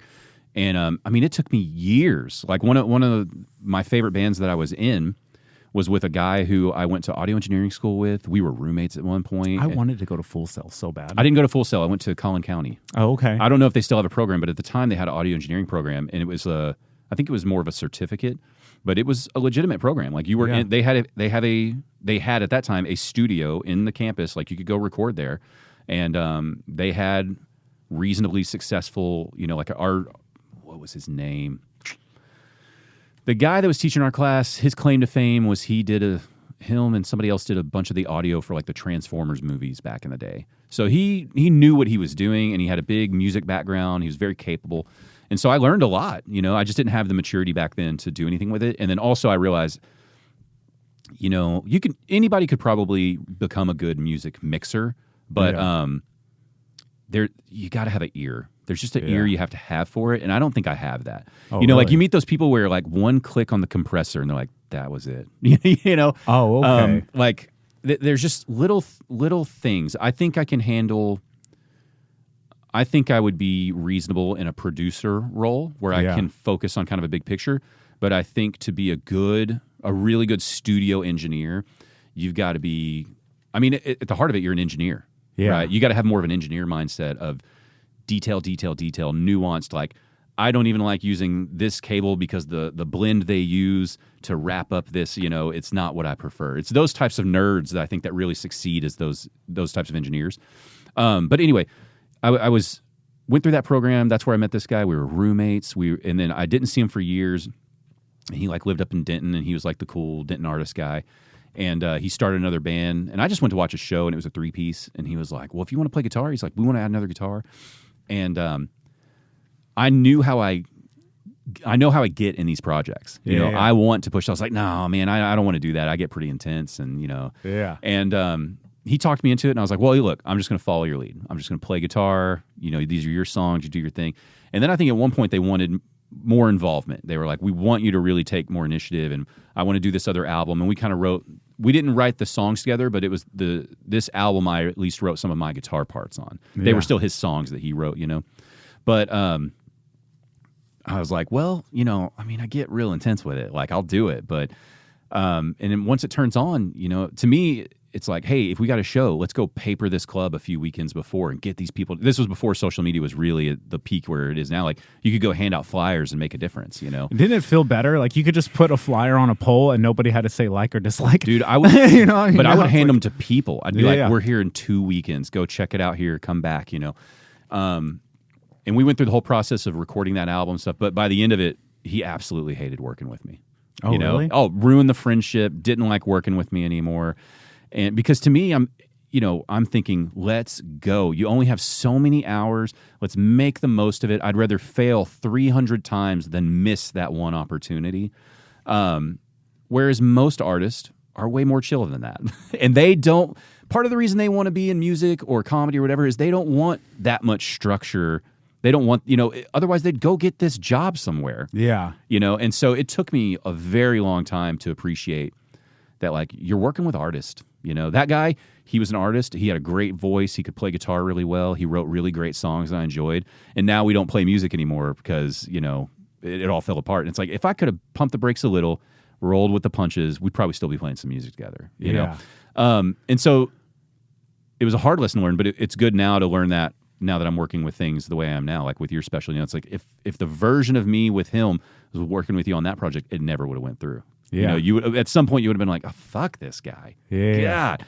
But we're still here. But I also still get annoyed with when you see someone where it's like, you think you're working hard. Yeah. You really think you're working hard, but you're not. And then, I've had these conversations with my wife where they're probably working the hardest they've ever worked. They just don't realize that that's still not hard enough yet, that they're going to have to hit another level. And they're capable of doing it. It's not that they're incapable. It's just kind of opening that mind up of, like the version of you however long ago, did you think you'd be working out 2 hours a day in the gym? No. Do you see what I'm saying? No. It's like, so, and then I have to just respect that everybody kind of accesses those points of realization on their own time. You're never going to be able to go, you can work out 2 hours a day. You're just fucking lazy.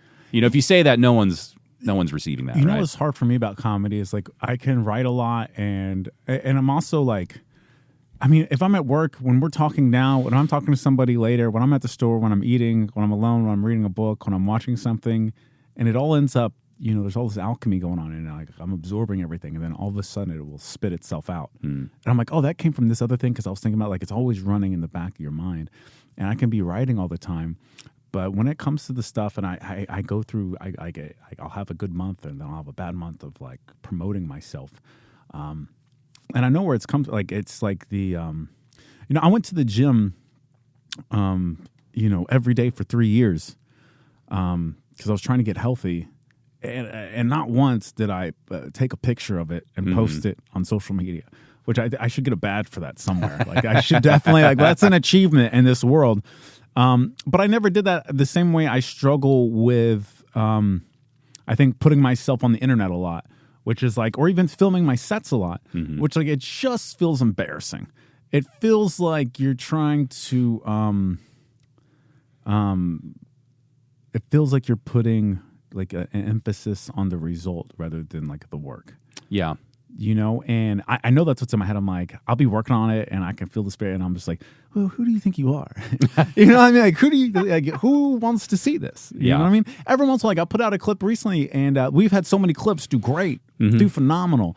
And I one of my, out of the new hour I'm writing, like there's just a school shooting bit that like I just like a lot. I've heard some form of it. I don't know where it's at now, but I really liked it. But I'm very proud of it. And the clip I put out of it in my head, like that was like, it rarely happens, but that was one of the ones where I was like, this one might go. You know what I mean? Like this is like, it's topical, we're talking about, and luckily a school shooting happened just right after I posted it. It's hard to miss them, really. It's hard to miss them. But like, it's like, it's nothing. I mean, on every platform, just nothing.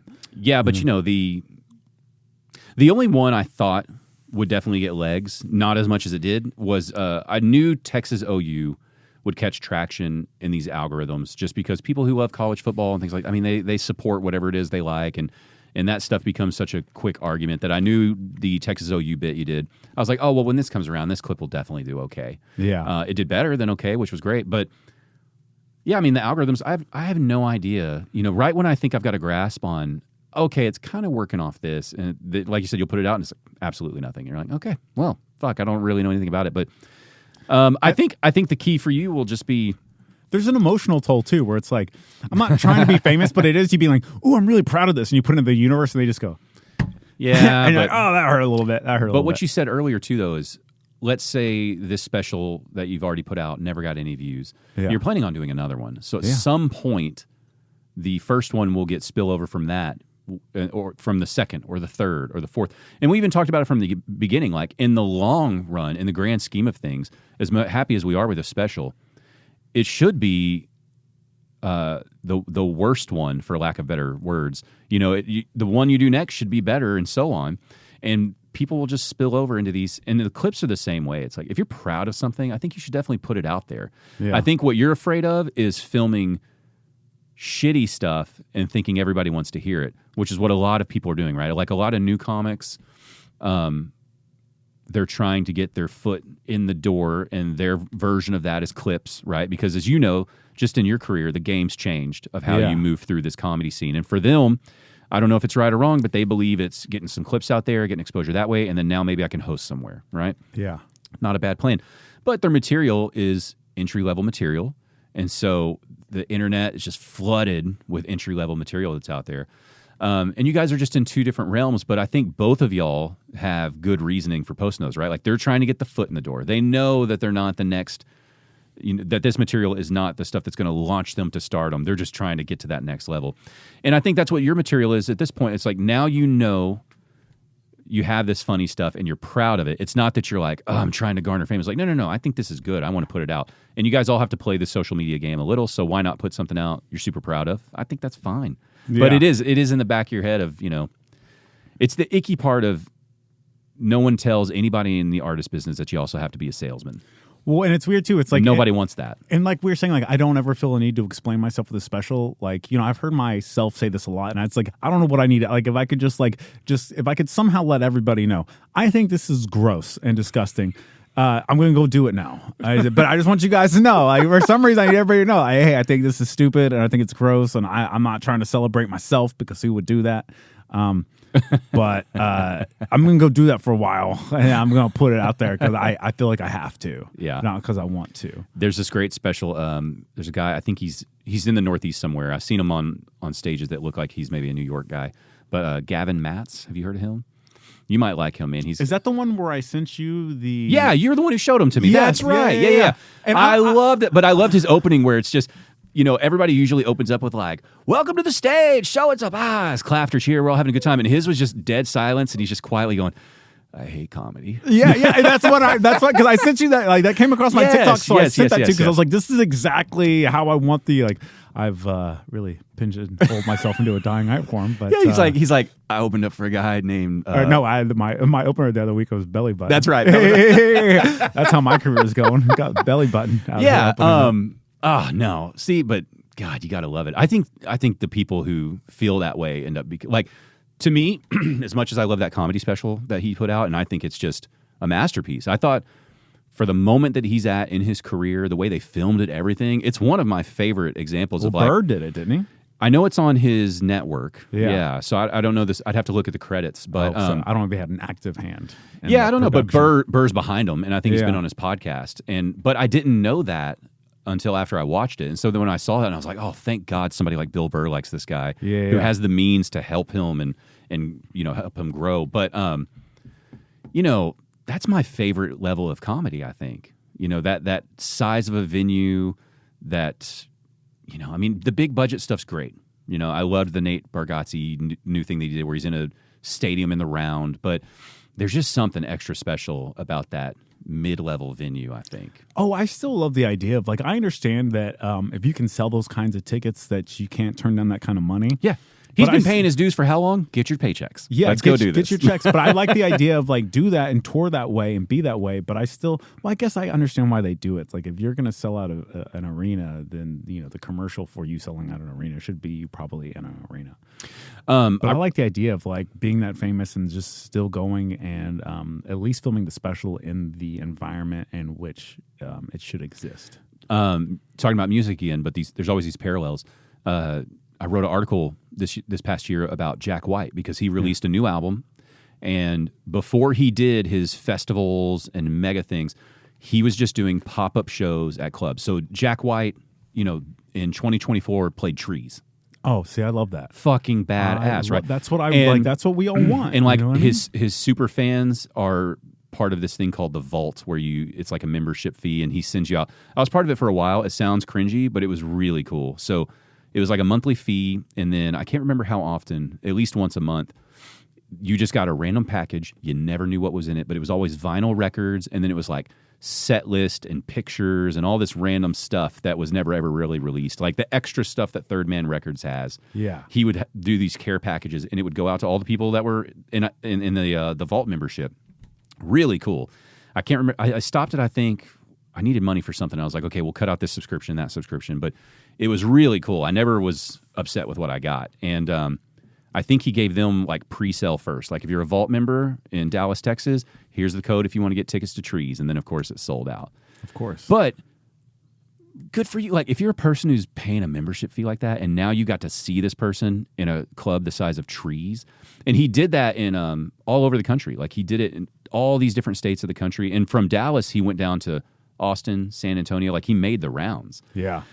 And it's like that, he could have sold out whatever he wanted to here. I don't know how much money he made off that tour. Well, you see Chappelle do it all the time. It's fucking cool. Chappelle's doing small shows, because it's just where, out of all those specials he put out, I think my second favorite one was the one in the Belly Room. Yeah. How special was that? Because he was in a backdoor comedy sized room, which made it so cool. Yeah. I think, the arenas, when you perform like that, that's entertainment, and I still think you're getting your money's worth. But it's entertainment. It's a gathering. Yeah, and it's a totally different thing, right? It's like being at a sold out sporting event. It's incredible, right? But the best version of all those things are 300 to 400 seat club. It doesn't get better than that. I'm so thankful that I grew up like loving punk music, or like all my favorite bands, especially when I was a kid, or at least at one point, were very small. So I would be at the Galaxy Club every weekend. I got to perform at the Galaxy Club all the time and the bands I grew up playing in. But the Galaxy Club is like, it's a very small room. And I got to see some of my favorite bands ever in there, which just 150, 200 people just packed in, where if you fall down, you think you're going to die. Yeah. People are hanging from the rafters, and it was just like, I don't care how big. Like one of those bands that I saw in Galaxy Club, they were the opener, was Brand New. And I love Brand New. They opened that night, their amps kept fucking up. They kept having to start over. I remember that. And then years later, I saw them performing at these massive, 10 years later, they're at these massive theaters. That band specifically, I watched them at, do you remember when the Gypsy Tea Room became The Door? Yeah, I played The Door. I played The Door all the time. Yeah, but there was The Door that was on the far end of Deep Ellum down by condos now. Yes, okay. So when The Door moved down by the 7-Eleven off Good Latimer, they took over the Gypsy Tea Room and they turned it into the Prophet Bar. Which I always thought was funny. Yeah. Because whenever I would play The Door as a kid, it was like a Christian club. Christian club. Because that old one was the one with 3 rooms, right? Yeah. Maybe even 4 at some point. I can't remember. But it was like a big giant room, smaller room, and then like a really small weird room. We played there. Whenever I was in a punk band, we would play there too. We would always play that middle room. We could never get on that main stage. But But anyway, I got to watch Brand New at what would have been not the Profit Bar, that bigger room they had. Yeah. But that was still a small show for them at the time. They had put out shit. I always get the title wrong. The one with the astronaut on the front. Okay, Transit Gloria. Sick Transit Gloria. No. Deja Intendu. Thank you. Yeah. That's the first track on that album. Which I think is like masterclass for that era of music and that style of music. I don't know that there's a better album than that. It's a perfect album, yeah. Perfect album. I saw them, they were opening. They were the opener for the starting line was the middle. That album would not have been out yet. It would have been their first one, right? Your Favorite Weapon, which is not even a good record. Like it's not like it's pretty good. There's a couple, but it was what everybody else was at the time. They sounded just like everybody else. Yeah. At the time they were doing what was popular, but they had their twist on it. They were one of the first ones to have a lot of that like intelligent rage written into their lyrics. Because that was one where it's like talking about the car crash, like 70 times 7. What are the lyrics though? Like the bridge is like something like I hope you think of me again when your head goes through the windshield. You know what's funny? A lot of people don't say this. Now we're getting into weird punk history, but it's like I've seen more spine and jellyfish. I've seen more guts than 11-year-old kids. That's right. Yeah. Have another drink and drive yourself home. I hope there's ice on all the roads. You can think of me when your head goes through the windshield. You can think of me when you forget your seatbelt and again when your head goes through the windshield. Well, you know, the lead singer of them and then the guitar player for Taking Back Sunday grew up writing together. Oh, okay. They grew up writing together. So if you go back and you listen to the first Taking Back Sunday album, There's No I in Team. The bridge of that song is the exact same lyrics because they both claimed that they had written it, and they were both both of those songs are about the other band. That's funny. yeah. So if you go back and listen to like that album on Tell All Your Friends, they do the exact same lyrics. Interesting. But it's like them like telling their version of the story. Wow, that's pretty cool. Yeah. We got to see them at the door, and then maybe a year or two later they came through. And they were playing at that bigger venue in Grand Prairie that holds like 6,000 people. They were the middle act for Dashboard Confessional. Oh, really? Yeah, that's weird. It was, but like, what I will say is because that was peak Dashboard Confessional, probably. Oh, okay. But because I don't think I would ever see that lineup. No, but I'll tell you what, man, great show. Really? Even Dashboard Confessional was like, that was a really good show. I wish there was some shit I could talk about it. It was great. Yeah. They covered. They even covered "Teenage Dirtbag." Oh God! And it was awesome. I love Phoebe Bridgers covering that. but you know, I got to see my ex-wife. She bought me tickets to see Brand New when they were doing their first farewell tour, and it was at the Bomb Factory. They were at the Bomb Factory that time in Deep Ellum, and then years later, I got to feature there for Beth Stelling. Oh, that's so right. That was like another one of those like cool moments. Such a huge fan of that band and such a huge fan of Beth Stelling to like just have those two things like overlap was like super cool. Yeah, that's another example. My fear of people not knowing things. Brand New is one of the bands that I fear that perfect album, because styles change and tastes change, that it drifts away. But I feel like that's a timeless album. Yeah, every person who's gone through puberty in their life and feels those like wild swings of rage and loneliness and happiness, that's an incredible album. Yeah, and he's cocky the whole time too. Yes, funny. It's so. I mean, he's got those it's great tongue in cheek. It's tongue in cheek, but like. Yeah, but the root of it is like, oh, this is kind of a broken person here. Yeah. Well, then the next album, next album is called "The Devil and God Are Raging Inside of Me." So it's like it's all. But very, he's got those great, it's all very linear. He's got those great slow tracks where the guitar goes for 2.5, 3 minutes before the drums ever come in, and the whole track's maybe 5, 6, 7 minutes, and those are incredible. They're incredible songs in the sense that it's emo, but you're drawing. I don't know if he intentionally did this or if it's just my thought on it, but he's a storyteller. So it's like, to me, I think the greatest genre of music, my favorite would be like punk rock and all that. But as I get older, I think, man, real country music really is the greatest genre, because those are like real storytellers who get to the truth and the heart of things. Yeah. And I think every person who has had success in different genres, that's what they're doing as well. So to me, that Brand New album is like, that might be the most truthful that person's ever written. I don't know. It comes across that way. Of like, how could you paint yourself as such a dirtbag in some of these songs? and it not be, you know, wholeheartedly true. You can't really fake a lot of that to the extent that they did. Well, you make it so over the top that it's like tongue in cheek. Yeah, but is it? I mean, but exactly. You know. Then it's like, well, then it's up to you. Yeah, right. It's up to you. Yeah. You know, but I have a hard time thinking that guy fakes those types of things. You know, talking about taking the drunk girl home. Everything about this is wrong. You know, but it's happening. Yeah. You know, and it's like ladies' night. Yeah, exactly. Yeah. But it's just it's a dark song, and it's so dark, but it's sung so sweetly. It's a ballad. It's just so nice. Yeah, you know? And when you're at the door and you see a room full of 20-something-year-old women, and that song comes on, and when the drums kick in, it's just this just this slow groove with this clean guitar and these strung, and they're all just dancing and swaying. They're so happy, and it's like, this is a jerk. Singing these songs, and you all are foaming at the mouth because they love it. Yeah, he's so sexy and attractive, and he's so talented, and it's like, so I've been talking about on stage, I guess, but I've been getting to do it through the prism of like my son, which is like, because like like I said, like I'm good enough at acoustic guitar. You can tell I've been hurt a lot in life, and like if you're a romantic, if you say you're a romantic as a man, what you mean is I've been hurt a lot, especially as an adult. So like I'm trying to tell my son, like because I had this bit, and it keeps expanding about like teaching him to be a gentleman, because like I was raised by my grandmother. It's very important to me. But like I don't know what age I get to tell him, like, hey, always be a gentleman. But remember, these hoes are scandalous. Like, you know what I mean? I don't know how, like, because I want to protect him too. Like, not like when are we going to stop acting like every woman's a good person? Like, you're not, and it's really holding you back. Yeah, you know, dude, the depths of crazy that have been shown to me on by TikToks and where it's someone's surveillance footage. It's not just a random iPhone pump, where you're just like, oh my God, people are this insane. Yeah. And well, it's like the way some women will talk about men. It's like, if that's your son, you would not want your son to be treated like that. Absolutely not. Yeah. You know what I mean? And it's like, well, just like when the Me Too movement was in its swing, and people are like, believe all women, and it's like, some of these hoes are scandalous. I wouldn't. I don't believe all men. I don't believe all of anyone. Yeah. And when you hear some of the crazy stories that by both sexes that have been pulled off, it's like, well, we can't make a blanket statement about that. Like, you should never dismiss anyone. You should definitely look into it. Yeah. See what's going on, and make sure we're not. If somebody tells you they've been locked in a basement for 10 years, we need to look into that, and we need to get to the root of it.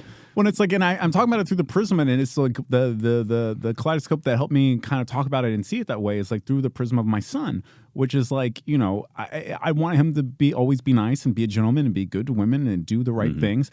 But like some woman is going to hurt him very bad. Yeah. At some point in his life, and as I've taught him, you can fight anything other than a woman. You know what I mean? It's like you just got to walk it off. You just got to walk it off. And like, I've had my heart broken. It's a very painful experience. That's a hard lesson to teach, though. Yeah. Because you remember when he's little now, but by the time he gets to be a teenager, where that's a real thing, where before you have a career and you have to think about things like money and all that, it's like your whole world. Well, it's your whole existence was that relationship, I have so many lines about, like, the way I write. I like a lot of times I come up with like what I think are like good sentences. They're not funny, like, but there's just, or writing about love one time. It's like being like a young teenager. It's like, and love. It's like you're just walking down dark alleys hoping somebody takes your wallet. Like, because this is gonna hurt. This is gonna based on every song, based on everything I've heard, based on the music I listen to, this person is going to hurt me. And it's like, I hope that happens. I really hope that happens. I'm so tired of being. I'm ready to be hurt. Dude. Yeah, that's. Our sons are about the same age, and so we're learning a lot of the same things. But have you had the rage yet, where you see a kid on the playground or something, like push your kid or do something? Yeah, and you're like, man, I didn't think I could get this angry over at a young kid. Yeah, we were at the store one time. This kid walked up to him with like a play gun and was just like at him. And my son just kind of seemed like startled by it. And I was like, in my head, I was like, I'm gonna punt this child across the fucking store. Yeah, I've never, because I don't know. I've had to politely tell some kids, just like, hey, stop that, quit doing that. You're not going to do that. But the moment you say that, you're thinking, great. 5, 4, 3, 2, 1. Here comes a parent maybe around the corner who doesn't appreciate me talking to their kid that way, and here we go. Yeah. Thankfully, it hasn't happened yet. Well, I'm also the kind of guy. I'm like, I'll fight you and your kid. I know, but you're just like, that's the last thing I want is to be in a. You can't do it. You know what I'm saying? You can't do it. You can't. All because like my kid was climbing up this one thing, and this kid was just deliberately stepping on everyone's fingers while they're trying to climb it, and so you're like, hey, cut that out, stop, quit that. And thankfully, that kid like freezes because like an adult's talking, and they stop. But you're just waiting for that dumbass parent who doesn't need a kid to come up and be like, "Don't tell my kid what to do." Yeah. Because everybody, like I said, with social media, you're like, there are crazy parents out there, and they're willing to fight even over their child being in the wrong. Well, see, and I don't think I'll have that with sports. I remember like being a kid and playing baseball games, and like you would always see the parent that's like way too wild. Mm-hmm. It's like, this is a little league game, like calm down. Like I don't think I'll ever be that guy. But yeah, whenever you see somebody like push your son or like yell at him, you're like, whoa. Dude, I didn't know that rage was in there. But once he gets a little bit older, I think that'll go away because it's like, this person's yelling at him. I'm like, what'd you do? Yeah. What'd you do to have another adult? I'm never going to treat you like you're so precious that you can't like. Right. Yeah, that's true. Man, talking about the guy at the games, that embarrasses their kids. Yeah. When I was in Little League football, so it would have been, I don't know, 4th, 5th grade or something, like really little. Yeah. We had a kid on the team. Their dad would bring a change of clothes because he'd get thrown out twice. Which is like, that's never going to help that kid. And we were in a small town, so like you parked right by the field, basically. Yeah. There's a chain link fence and you see the field. And they'd get thrown out, they'd come back in and change clothes, get thrown out again, and then they'd watch the game from their car. I just don't like. I would love to see the statistic about how children whose dads freak out at baseball games do later in life. Yeah, are they pros? Yeah, no, we know they're not pros, but like, how did they end up like eventually? You know what I mean? Were they high achievers or did they just totally bottom out? Like, I love stuff like that. I remember that kid. It was definitely like an embarrassment thing. Of course, it was. They weren't proud of it. But I don't know. Maybe there are some kids who they're like, yeah, my parent will do anything for me. I don't know. Everybody. What I've been realizing as a parent is everyone's. First of all, we all think we're great at it. Yeah. We all think we've got it, and we all think we know what's best. So you got all these different versions where everyone thinks my way is the way. Just like everything else in the world. I've been thinking the other day, I've been doing once again, this is a line I've written. I've got so much stuff, but I just got to get it all out there. But it's like, I was describing it as like, I feel like being a parent, it's like we're all doing like, those Red Bull challenges where they all build like the planes, and then they push it off, and like some of them straight into the water. You're straight into the water. Those people had great intentions. They're like, no, we think this is the design that's going to fly. This one's going to work. And then every once in a while, somebody pushes one and it goes really far, but eventually you die. You know what I mean? Like, that's how far you make it in life. Like, that's the Red Bull metaphor. You know what I mean? Yeah. But we're just pushing people off cliffs and just hoping that, the information we gave them will help them glide a little bit further than we did. Yeah. Well, what I struggle with now is I want him to not be surprised by the world where he gets beat down later. You know what I mean? But you also want him to have the innocence of that child for like as long as you can. That's what I'm saying. When do you put reality into a child? Yeah, like at what point are we going to start talking about like, so the world revolves around money, and none of us were born rich. And there's also a group that just they have more money, and we'll probably never get on that level. I was thinking about the other day because we were thinking about. I was trying to talk to his mom about schools that he could go to, and I was researching good school districts, but like we both don't have a lot of money. Like I'm doing better than I ever have, but like I have concerns, and I was thinking like, well, they're like, well, Plano's a good school system. And I was like, well, I know Plano, and they have 3 different school systems. They have the West, they have Central, and they have East. And East is a good school system, but it is the poorer side of town. Mm-hmm. I was like, well, if he goes to Plano, we should probably take him to Plano East, so it doesn't feel like it's only happening to him. You know what I mean? Like, but that's being a good parent. Like that's how my brain works. You know what I mean? Like, because I've been there before. We moved into a nice area. But we are, we have like a smaller home in a nice area. We went there 4 schools here in Dallas, and we definitely live in a blue collar area. But our school district is mixed with very wealthy people, very wealthy people, and I don't know how that's going to go. I'm very interested to see because part of me wants him to see the spectrum. I want you to see that, like, hey, these things are possible too. You're right. That changed my mind right there. Expectations, but there's no formula, right? Like you see people who grow up in wealthy towns, go to private schools, they turn out shitheads. And then you see people who go to the worst public school that's ever existed, and they somehow pull themselves out and make it. And those are extremes, I realize, but I think my big fear is he gets around these wealthier kids and just gets this idea of entitlement that like, well, they get that, don't I get that? And it's like, no. That's not how any of this is going to work. But there's a lesson in that too. But you just hope they take the lesson. rather than, because the other option is they're just going to rebel and do whatever they want to do anyway. Who knows, right? Like, I don't care if he wants to be wealthy and achieve those things. I just don't want him to be, it's like, God, just please don't be that shitty. Don't be the CEO that got shot. You know what I mean? Yeah. Like, don't, there's different levels of wealth. Don't be the guy that shot him. Yeah. You know what I mean? We're all celebrating. But like, either one. It's, I think when I see it in my kid a lot as a young dad, because we got kids the same age as like, and it's who I am, is like I see the negative parts of me and him sometimes when they flare up, and like that's what makes me nervous. Yeah. Like he'll have a complete meltdown and like get angry and hit something, and I'm like, oh buddy, we cannot be doing this. You know? What I see is his, like, there's a little game he likes that he plays, and when we tell him he's done, he's like, oh, and it's like he has this, it starts going, and I'm like, yeah, that was me as a kid. Yeah. Fuck. Yeah. But like whenever he has when he flares up with anger, I'm like, oh, did I do that? It's in there, right? I know. It's like the genetics are there. Even though I say I'm angry and I like to get worked, but I enjoy getting worked up in a fun way. But like, I think I get mislabeled sometimes as angry. Well, I get angry on the Bill Burr, Larry David level. Yeah, that's what I'm saying. Yeah, that's my anger, is like just the absurdity of the world. You know, it's like the last time I went to Chipotle, probably not going back now, ever. I've just had so many, like, it's like, I just want a fucking burrito. Yeah. You know what I mean? And I don't want it's like, I'll get on the spectrum of anger. I just want a burrito, right?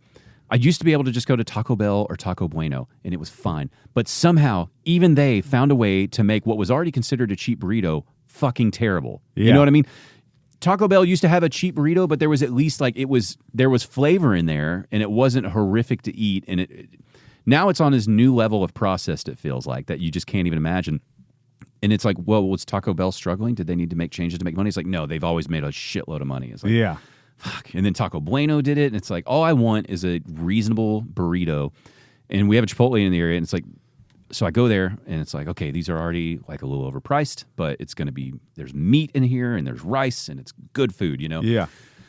But for whatever reason, at least the ones I go to, it's like the workers they hire are just fucking terrible lately. Well, here's the problem with fast food is you have to hire local. They're not bussing people in. Well, but also, so if you live in a bad neighborhood, you're going to have a shitty McDonald's. Well, my theory is everybody's chasing profits. So they probably cut down what starting pay is at Chipotle's, or they never raised them. And then, you know, so you're already getting a lower standard of people because of the pay. And then if the job needs 6 people, they want to see if they can get away with 4. Right? And I think those are the things that kill most companies' customer service in my experience. That's my guess, right?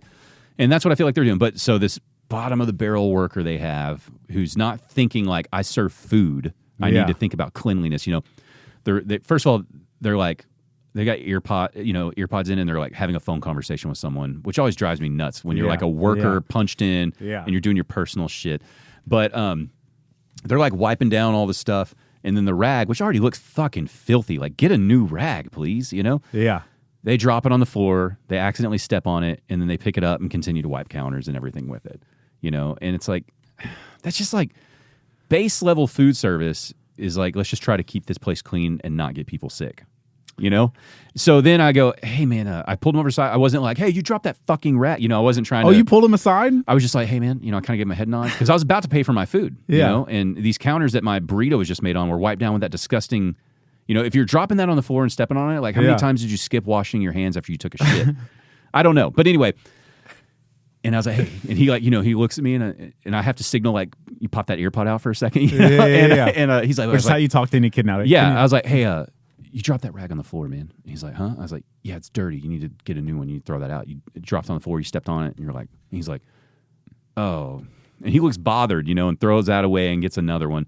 And I look at the cashier, and I was like, you know, it's fine. I was like, I'm sorry y'all made that. I was like, but I don't want this. I'm just going to take off. And she's like, okay, sir, have a good day. You know, like, they're bothered that I'm asking you to please make clean food. Yeah. And that's when I feel like insane, like Burr or Larry David, where it's like, it's just, all I wanted to do was go get a $1 burrito from Taco Bell, but I can't do that. So I came here to spend more, and it still fucking sucks. And it's like, why is quality across the world just, I mean, it's not. I know the reasons why it's dropping. It's corporate greed. Yeah. But I have to shoot one of these guys in the back. But you know what I'm saying? It's just like, God, just at the base, I'm not asking you to be thrilled to be here. I'm not asking you to be happy to serve me. Just please, can we keep the counter clean? Like this is the lowest level of customer services. Could you please not give me, norovirus from eating here? I get mad over other shit like that with the world because we're just getting old. Where it's like I know. I walked into McDonald's the other day and I'm there and I step up to the counter and the lady looks at me and she goes, "Would you like to use the app?" And I'm like, I'm fucking here. I'm already here. Like, I don't know how much more. What would that do for me right now? Yeah. She's like, oh, well, you get rewards. It's I'm like, already taking longer. Yeah. She's like, well, you get rewards. I'm like, oh, like Marlboro Miles. Yeah, I get Marlboro Miles. This is killing people. At least Marlboro Miles, you got cool shit. Yeah, exactly. These apps now, you don't get the level of gift that you got back then. No, and what you're saying, getting older, it's like, that makes me double angry because I realize, like, fuck, I sound old. I sound so old. And it's like, I now realize what my grandparents were pissed about, what my parents were pissed about, how every generation sucks a little more, including mine. I'm not saying, millennials are any better. But it doesn't. The world's better. The world is a better place now. We just don't, you just slightly don't feel. I was right, the other night I was writing about how, like, I think old people should be stronger. I think it's a joke that God made. Like whenever like a 75-year-old should be able to beat the fuck out of a 21-year-old. Yeah, you know what I mean. Like that's Mike Tyson should have won, right? Yeah. That's how the world should work. That makes more like why are we so strong when we're so stupid and know nothing? Mm-hmm. But on the flip side of that, I think after 75, you shouldn't be allowed to vote. I think you should just get You should just get an exit survey. You're like, what did you like? What did you not like? I think whatever we decide Social Security starts at, I think you should be allowed to run for 5 more years and then cut that off. Yeah. I think that group should be represented for a 5-year period that, because we need that experience. But then after that, you should be allowed to be an advisor and nothing more. Yeah. Just like we can't have a 19-year-old as president either. Exactly. It's fine with me to cap it off at the top. Yeah. And take their driver's license. Take them away. Take them away. Make sure they have some sort of transportation to get around, but take the license. At best, your vote should count for less because you're never going to see the thing you're voting for. You know what I mean? You're never even going to see this. You're voting against the other people that are going to have to live through it. Look, I admit, the world is so much better, vastly better. No, and in so many ways. Yeah, but I guess it's just that whole. It goes back to like being in that band where I ruined that. Right? You're just thinking, I know things are really good, but they can and should be better also.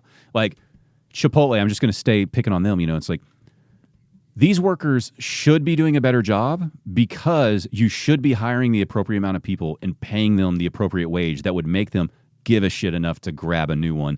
And then these dumbasses that are too stupid, the bottom of the barrel people you have that are taking this pay because no one else will, who don't know the difference between sanitary and unsanitary, you wouldn't have to deal with them. But it's corporate America too. Like I work in a nice office, but like the younger people there, like we'll be having a meeting and we're not a big office. There's like 10 of us. We'll be having a meeting and like one of the kids is just like scrolling on his phone and I'm like, the boss is talking, like we're having a meet. Can you like these meetings don't go that long? You can't like not do this for that amount of time. Yeah. And but it's not even that like they can't do it, but they just don't see anything that would possibly be wrong with that. The only moment I have, but that's that kid stepping in the rag at Chipotle. They're like, I don't. Yeah, but the only thing I have close to that is in my career, one of my bosses years ago, they were talking to me about these schedule changes and stuff they wanted to do and blah, blah, blah. And I was like, yeah, whatever those days are. I was like, just text them to me and I'll let you know, like, yes or no, and get right back to you. And to me, that was like a really fast way to handle this. And they were like, text you? They were older than me. And I was like, yeah, just shoot me a text with whatever the dates are. I'll send it back. And they're like, well, I'll email you. I was like, oh, okay. And they're like, yeah, that's really how we communicate here. I was like, oh, okay, yep, you got it. Sure, no problem. And I did the email anyway. But to me, it was like, so I got to be at work, log in, check the email to then respond. Whereas the way I gave you, like, you could hit me up on a Saturday and I'd be able to tell you yes or no. I don't have to wait till Monday, and neither do you. But they found it just offensive. It's like, no problem, we'll do email. But I think that's the difference. Is our generation at least would have been like, yeah, if that's how y'all do things here, that's how we'll do it. Whereas I think a lot of them are, less likely to bend on that. But I get it, man. Corporate greed has fucked the workforce so many times. You've created a generation that is not going to bend anyway, whether it's right or wrong, right? That person on the phone in the meeting should probably get the fuck off their phone. No, I think that younger generation, they just become us and then they become their parents. I think it's all like, I hate the like millennial, boomer. Well, I want to know who made the system up. Because it doesn't. You're just talking about like this. Who decides when the line ends? Yeah, there was just music that this generation likes, right? But then we're all just humans. I was writing this the other night. Like people like we're all just. We all just fell out of a tree and hit different branches on the way down. I don't want to be mad at you for how you hit the ground. You know what I mean? Like, I really don't. A lot of people don't make sense to me, but you waste so much energy. I don't make sense to me either. I do stuff every day. If I was just following me around all day, I'd be like, what the fuck are you doing? Why would you do that like that? And I'm like, hey, shut up. I was just doing what I do. I mean, I think I don't know. I'm still trying to understand how I feel about it all because, you want to understand, like you want to give, you want to be that person in the movie who like, where when you see something terrible, you try to see the best in someone and like whatever that, whatever that movie is where they're like, oh, they're probably just having a bad day or something. You want to be that person who has that wisdom. But how many morons can you see, in a public place having their FaceTime conversation on full volume where clearly everyone else is being bothered by it? How much grace are you? How many times can you really go, they probably just don't know any better, before you're just like, hey, shut it down. Yeah. Get some headphones, turn it off, go outside, do anything else than this. Yeah. There are it's one thing I think if you're like well-intentioned and you messed up. Yeah. Right? Like if your ringer went off in this thing and it's like super loud and offensive, but you're like getting up to like step outside for a moment, it's like, whatever, that happens, But when you just pick it up and you're like, yep, hey, no, I'm just here. No, there's a bunch of people around me. No, it's good. I have people do that in my life. Like people just have different I was at the gym the other day and a guy comes over to me. I have to take my headphones off. Yeah, I had to really take my earbud out or whatever. And the guy's like, hey, how long are you going to be on this machine? Because I have to be somewhere. And I was like, I didn't know you could do that. I've been here all the time. I come to the gym. I've never once thought I've never seen somebody on a machine and thought, well, I want to use that. I want to use that. So I guess I'm going to have to go ask him like, hey, I have some. We all got somewhere to be, buddy. What's your response to that? I said, just it's gonna, 30 minutes. I go, no, it's gonna fucking be a while, dude. Yeah, I mean, if I go in and I only have 30 minutes to do something, and I see that you're there doing it, and it's gonna, I go, well, it just didn't work out today. I'll do something else. Yeah, I'll just do something else. Yeah. I didn't even know it was. It had never occurred to me to go over there and be like, hey, I came here for this, and I've got somewhere to be. Yeah. And I didn't know that was even an option. But what frustrates me about those interactions, right, is you could just politely be like, yeah, I'm going to be here for a minute. Sorry. Yeah. And that's like, that's not a rude way to respond to that. Because I could come up and just go, hey, not trying to interrupt your workout. I was just wondering how long you're going to be. I was hoping I could get on this machine before. If not, no big deal. Do your thing. Yeah. And you'd be like, sorry, man, I'm going to be here for a while. All good.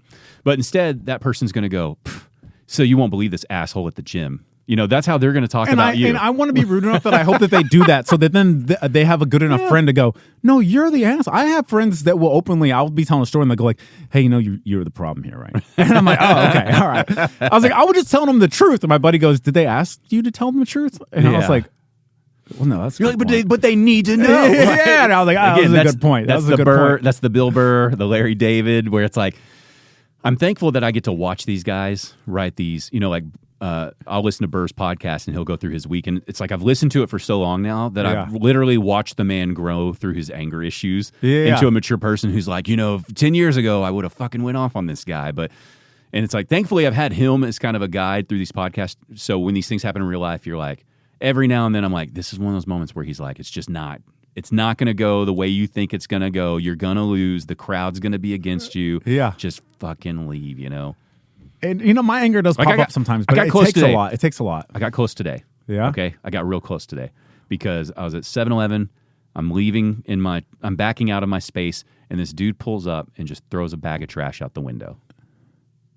And you just want to go pick up there's a trash can in front of his car. Yeah. And you're just like, fucking, like, it's just not right. It's just not right, And it's like, instead, I just walk over, I pick up the bag, throw it in the trash can. And I know he saw me do it. I didn't make eye contact. I'm not going to try to get shot at 7-Eleven over some fucking trash. But like, I need you to know I saw it, but I'm not going to get in an altercation. But even that, it's like, what are you doing? This guy's going to get offended that you did that. He's going to jump out of the car and stab you. Yeah. And now you get to explain to your son how you almost died over your morals about this bag of trash, you know. Oh, I got out of the car the other night and walked up to another car, and they just drove off. But I was ready to. But you don't even know who's in the car. But we got to know who's in the car. But we got to stop doing that, right? Yeah, no. But they got to stop doing it too. You know what I mean? Like, don't do that. I got so mad the other day. I was at the laundromat, and I don't like it when people are mean in poor places. Like, we all don't have a washer and dryer? Like, can't we all just shouldn't we all be on each other's sides? No one here? wants to be here right now. Yeah, this is a union. Like we are. This is a union that we are in here. And I went over there, and my favorite bar is in that same parking lot. So I put all my stuff in the wash. I let it wash, and then I put it in the dryer, and then I walk over to the bar and I get a cheeseburger. I eat my cheeseburger. I walk back over to the laundromat, which is not busy. It's not a bit there's plenty of space. There's not someone waiting on the machine. There's not someone waiting on the machine. And also, I'm walking back in. I have a timer on my phone. I'm walking back in. Like, at the minute, my clothes should be done drying. Somebody had put their clothes in with my clothes. Somebody had stolen my heat. They were riding my wave.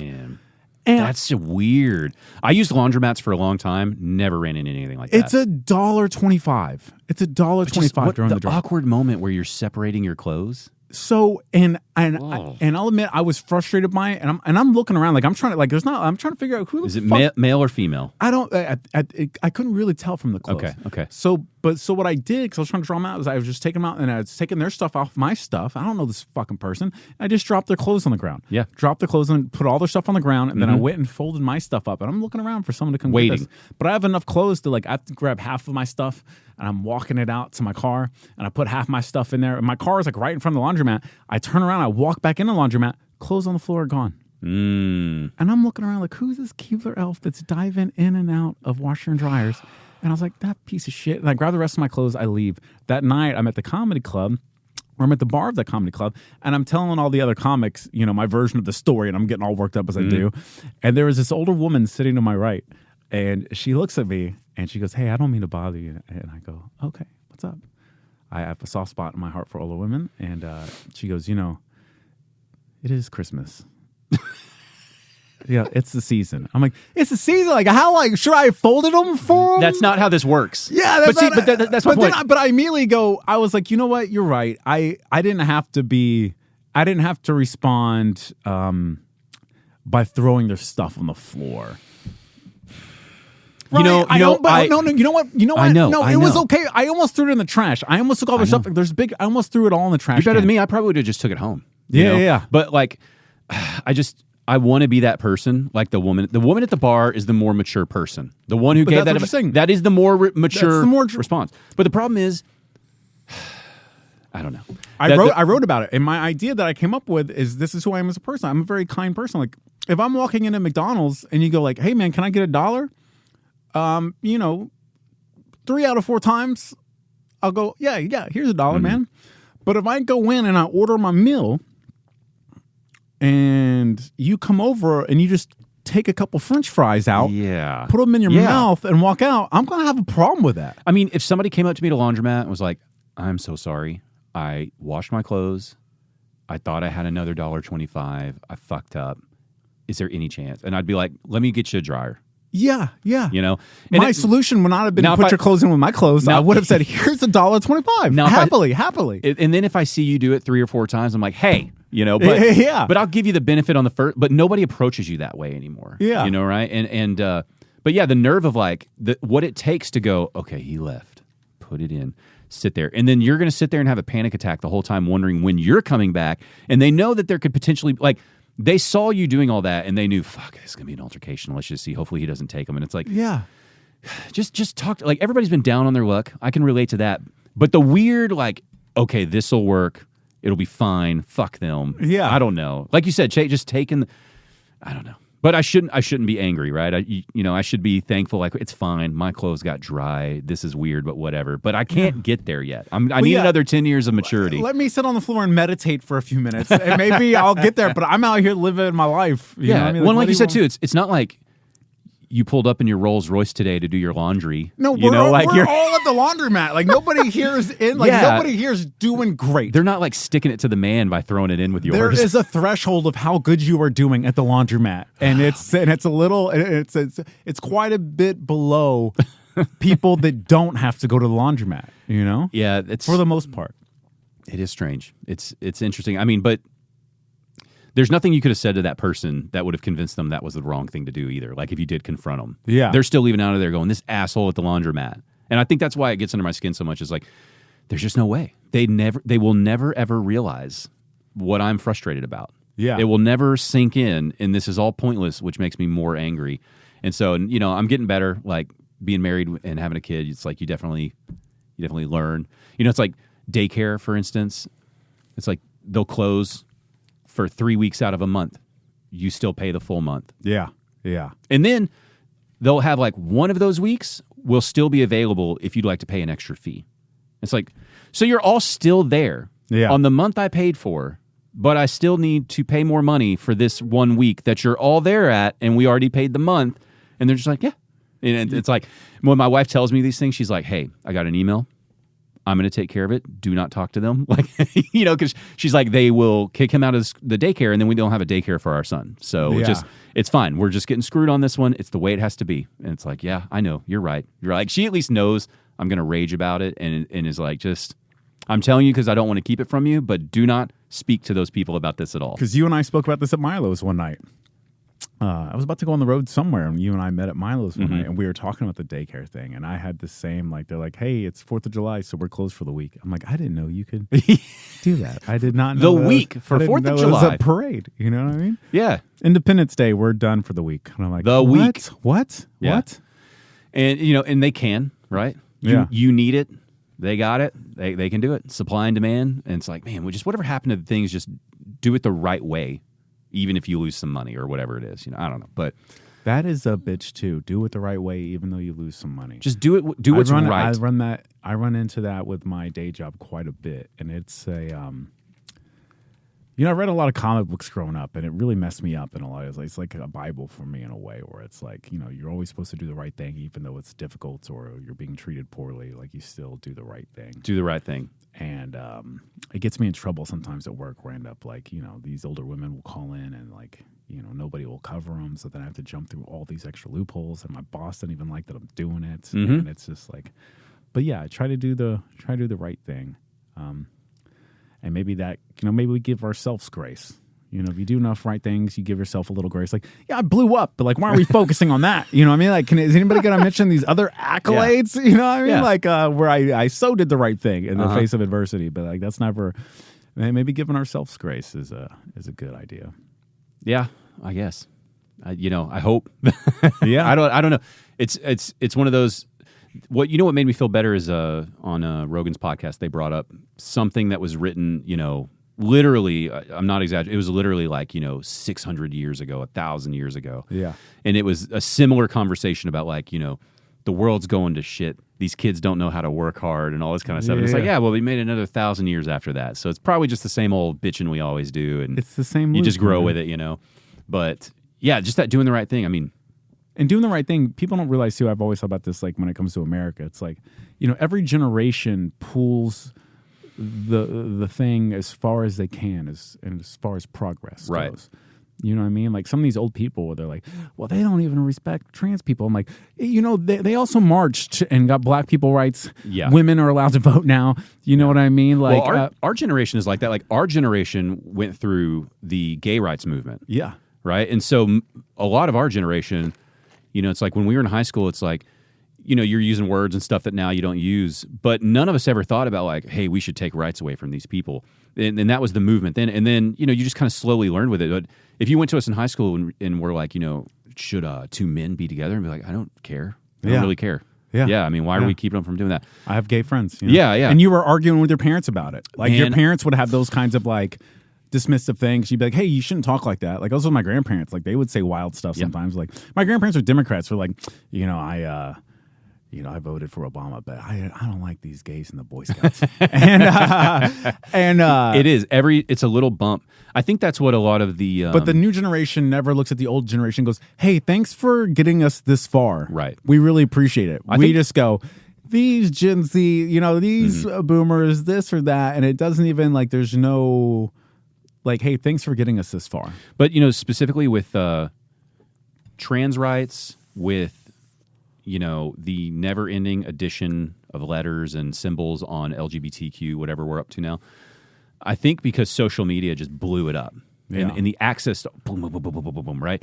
Because like it's like I feel scared to even say the word now, but I'm going to say it just because but like the word fag, right? Yeah. I remember. Do you remember the punk band, The Unseen? It was like a smaller band on Hellcat Records. I don't think they ever got huge, but anyway, I remember one of the members, I think it was the bass player, wrote an article like in AP Magazine or something, talking about like, hey guys, and this would have been in probably like 2003, 4, 5, something like that. Talking about like, hey, we all use this word in our scene. We're all saying this word, and we have gay friends, we have gay fans, and this is something we need to stop doing. And it was like just this little small article.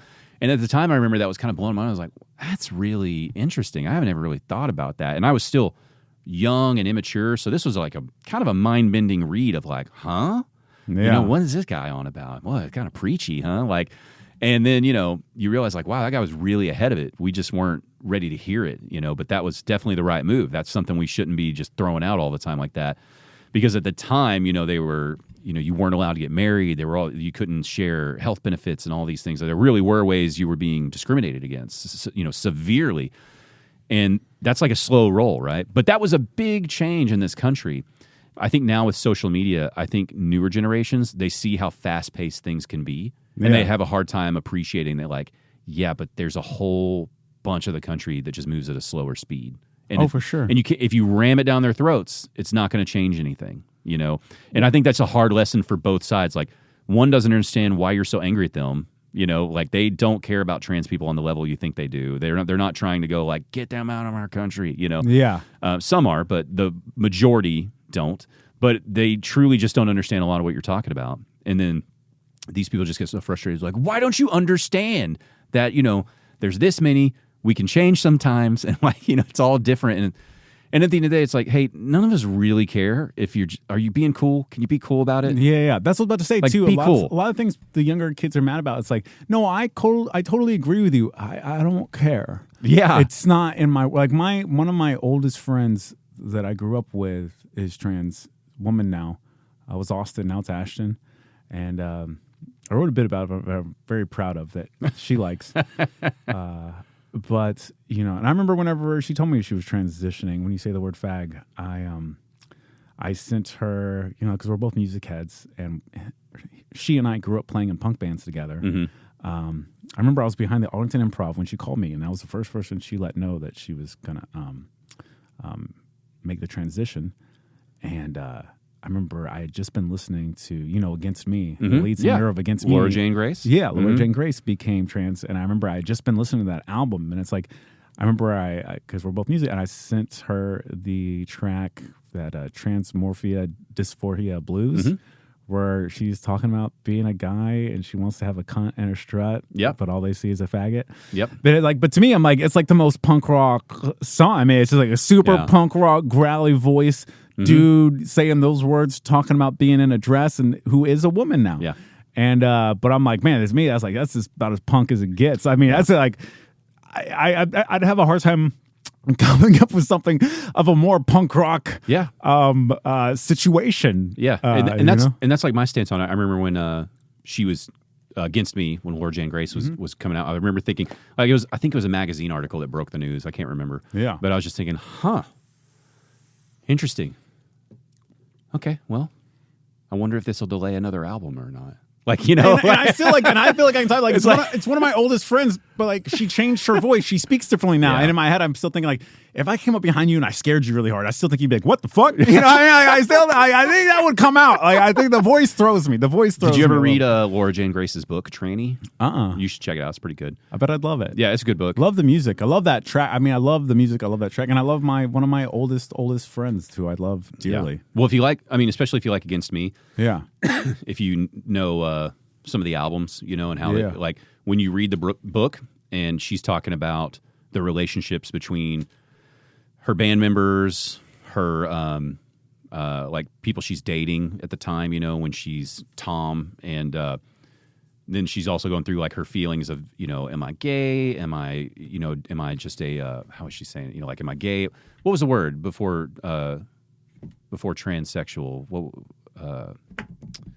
like what would they have called that like in the 70s or 80s, like cross-dressing or something. Oh yeah, cross-dressing. But you know, she's like, am I this, am I that, am I just a gay guy and I don't realize it, and all this kind of stuff. And then you start seeing how that's affecting the relationships with the band members and how it's changing the way albums are written, along with the way they feel about the music industry and like the cards they're getting dealt. Because I still think, you know, like New Wave and New Wave's almost or Born on FM Radio, is that the one? That song's on that album. Yeah. New Wave, that one's perfect. Almost. And then Searching for a Former Clarity, where it's got Miami. But anyway, those two albums still have some of the best songs ever written about like the music industry and how it's, you know, similar to comedy. It's like there's this curtain you pull back and it's like, oh, you think it's all just, you know, great back here. It's like they had all these great albums and they're still not like mega stars, mega rich. You know, there's still the struggles of like, hey, they take this percentage, they do this. You know, I mean, they have one song that's all about just how, how's it go? I think it's on New Wave, but basically it's talking about like, you know, I heard the hype about your band. I've seen your video playing on the TV, but with your publicity shoots and in magazines, none of it makes me feel anything. Yeah. And it says something like, I'd be lying to you if I didn't say something that'd make me feel like a politician, and like we need to be a little more upfront, a little more professional, and like, but basically like, why are y'all pumping out this bullshit into the music industry right now, you know, and just making the same regurgitated nonsense? And so I still think it's one of the best. Against Me wrote some of the best songs about kind of the angst like that within the music scene. And you know? I enjoy that stuff now as like a almost 10-year veteran of this industry of like, there's a little small punk band that doesn't exist anymore called Gatsby's American Dream. And their second or third album, I can't remember what it's called, but like the first 4 tracks are all just been on the road for too long. Yeah. Been severely mistreated, just been through it. And when I remember as a kid when that album came out being like, yeah, like I love their albums and I love these songs, but like it's just like I'm not touring the country right now, you know, so I don't really like, can't relate. Yeah, and then like after this 10 years, you know, going back to that album, being like, boy, this nails it. Well, I mean, nails it. What about going back to that brand new album we were talking about? I think it's like the third track where it's like the time has come for cold and overcooked, and that's what it's about. Them just being on the road, broken, just like Jesus. But they're getting up on stage, and it's like, what is it? We won't let you in. You know, that we're down and out. It's like I write more postcards and songs. Yeah, I write more postcards than hooks. It does feel very calm sometimes. Like I'm an old man in an empty church with broken pews and empty aisles. You know, like it's a very much, you know, how it feels some nights. But you know, like how many artists are there in the world now, though? I think those songs can be even more popular than they were then, because it's like there's just so many forms of artistic endeavors where it takes that amount of failing or that amount of like, okay, my life just crumbled, but the room's sold out. So here we go. Here we go, baby. Here we go. Showtime. We gotta give them the laughs. And I do love this stuff. You know, and I'm trying to get back there. I'm trying to, you know, we've done so many of these, and I think this is, you know, I've done so many of these with you, and this is definitely me being in the best place I've ever been. It feels that way. In my life. Yeah. You know what I mean? And I think I was always worried that, you know, the magic would stop happening, or that, you know, I would fall off if things were good and okay. And that's turned out to be entirely not the case. Now you're allowed to have good things. Yeah. Like I was thinking about today in the shower. I was like, you know, all these things are lining up. And I was headlining the other night, and there's this 80-year-old woman, and I can be a very spiritual kind of weird person, but like this lady came up to me. It's like this old woman, and she was telling me all this. She goes, I go to comedy shows like every weekend as I've gotten older. Like I just go all the time. She goes, I've never seen you before. And I explained that I was local. And she goes, oh, you're like from around here? I'm like, yeah. And she goes, I've been in like, you know, she was telling me all this stuff. And she's like, you're going to make it. You've got like, you're going to make it. And I was like, oh, I really appreciate that. And she was saying all these super kind things to me that let me know that she'd listened and she'd heard and she had taken the set in, which was like kind of fascinating because with the stuff I'm currently talking about. Yeah. You know, and she was saying things that were very nice to me. But then she started kind of going, like, I'll leave it. She started talking about how she almost dated Keanu Reeves. And it's like, the timeline doesn't really make sense. And like the further she went with that, I was like, oh, I'm really like, all the accolades are kind of falling. Like, I'm starting to feel less good about everything you said now. But, and then she gave me her number. And I was like, this is wild. But, you know, like, I was thinking that, like, maybe things are starting to line up. Maybe things are, in my head, I've been thinking like, maybe things are about to get really good. And like, I'm almost done. Like, I'm not almost done. By the end of this year, I think I'll have another hour. Wow. And it'll be ready to be out there. That's exciting. And I can let it go. I mean, you are since I've known you, you're in the best place you've ever been in. Right? Yeah, I mean, there's always things to improve, right? Oh, of course. How much of you think that is just paying? I'm not talking about drug addiction. Let's just set that aside. Yeah. But post getting clean, how much of it do you think is just you're working out so much and feeling? Are you feeling? How much of that just I like myself physically? Because we both talked about it a long time ago. Like even when we've been in shape in the past, we're still like, I don't even want to take my shirt off though. Well, I had a, I think even people in my life sometimes overlook the fact that like, my mother died, and then I had to live in her empty house for a year, going through a divorce, coming out of a drug addiction. I got fired from a job. My son was born. I felt in no way or shape ready to provide for him. And I had all of these. It's like a 4-car accident, but it's just you, and to give myself some grace to come out of that is a lot. Yeah. It was a lot to come out. And I'm so thankful to like 3 or 4 people in my life that like put me in a situation where I could put myself in a better situation, which further puts my son in a better situation. Mm-hmm. But the way my brain works, once again, is like, I had a spiritual debt that I had to pay off to my grandmother. Not something that she asked me to do, something that I had to do, but something I had to do for me to feel okay about.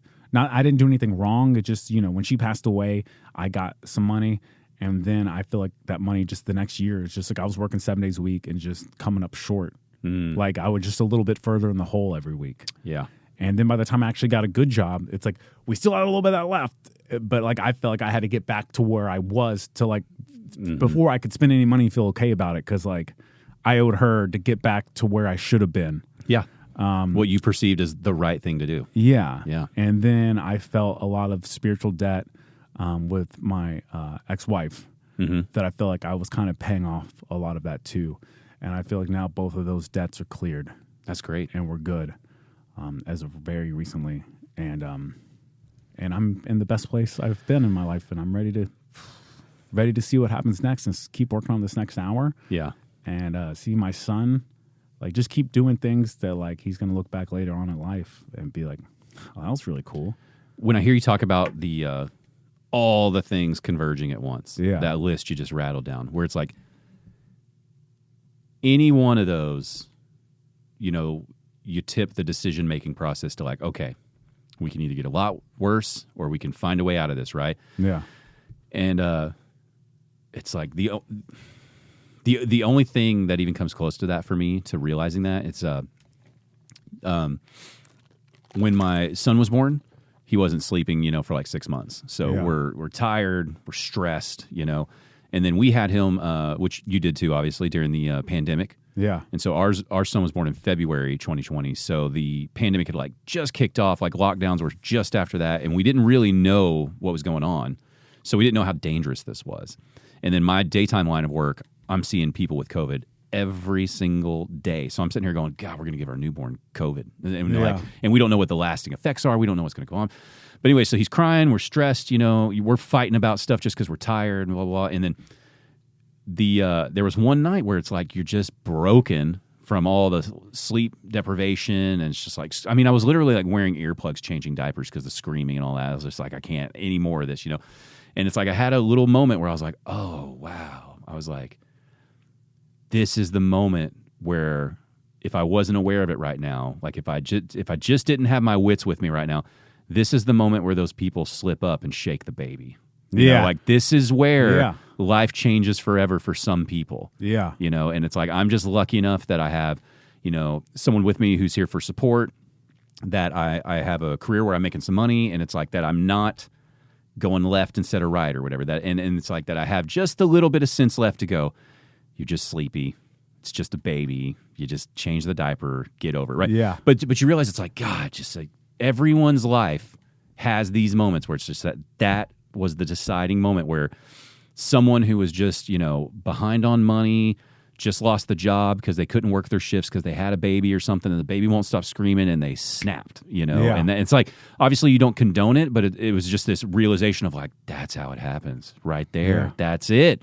Yeah. And so when you hear all those moments converging on you like that, and you're just like, where you're like, I think I came out of okay. It's like, yeah, that was a lot of bad stuff to deal with in a short time, where lots of other people would have been like, well, for instance, I had this guy on here. He's in a punk band from Denton, Texas called the Wee Beasties, Richard Haskins. Okay. He went to prison for robbing a bank, which I thought he was lying to me. I thought he was just fucking I didn't know this about it. I asked him, I was like, so why was there such a big gap between your first album and your second album? And he's like, really? And I was like, yeah, and he's like, well, I went to prison for robbing a bank. And I was like, oh, come on, you're messing with me.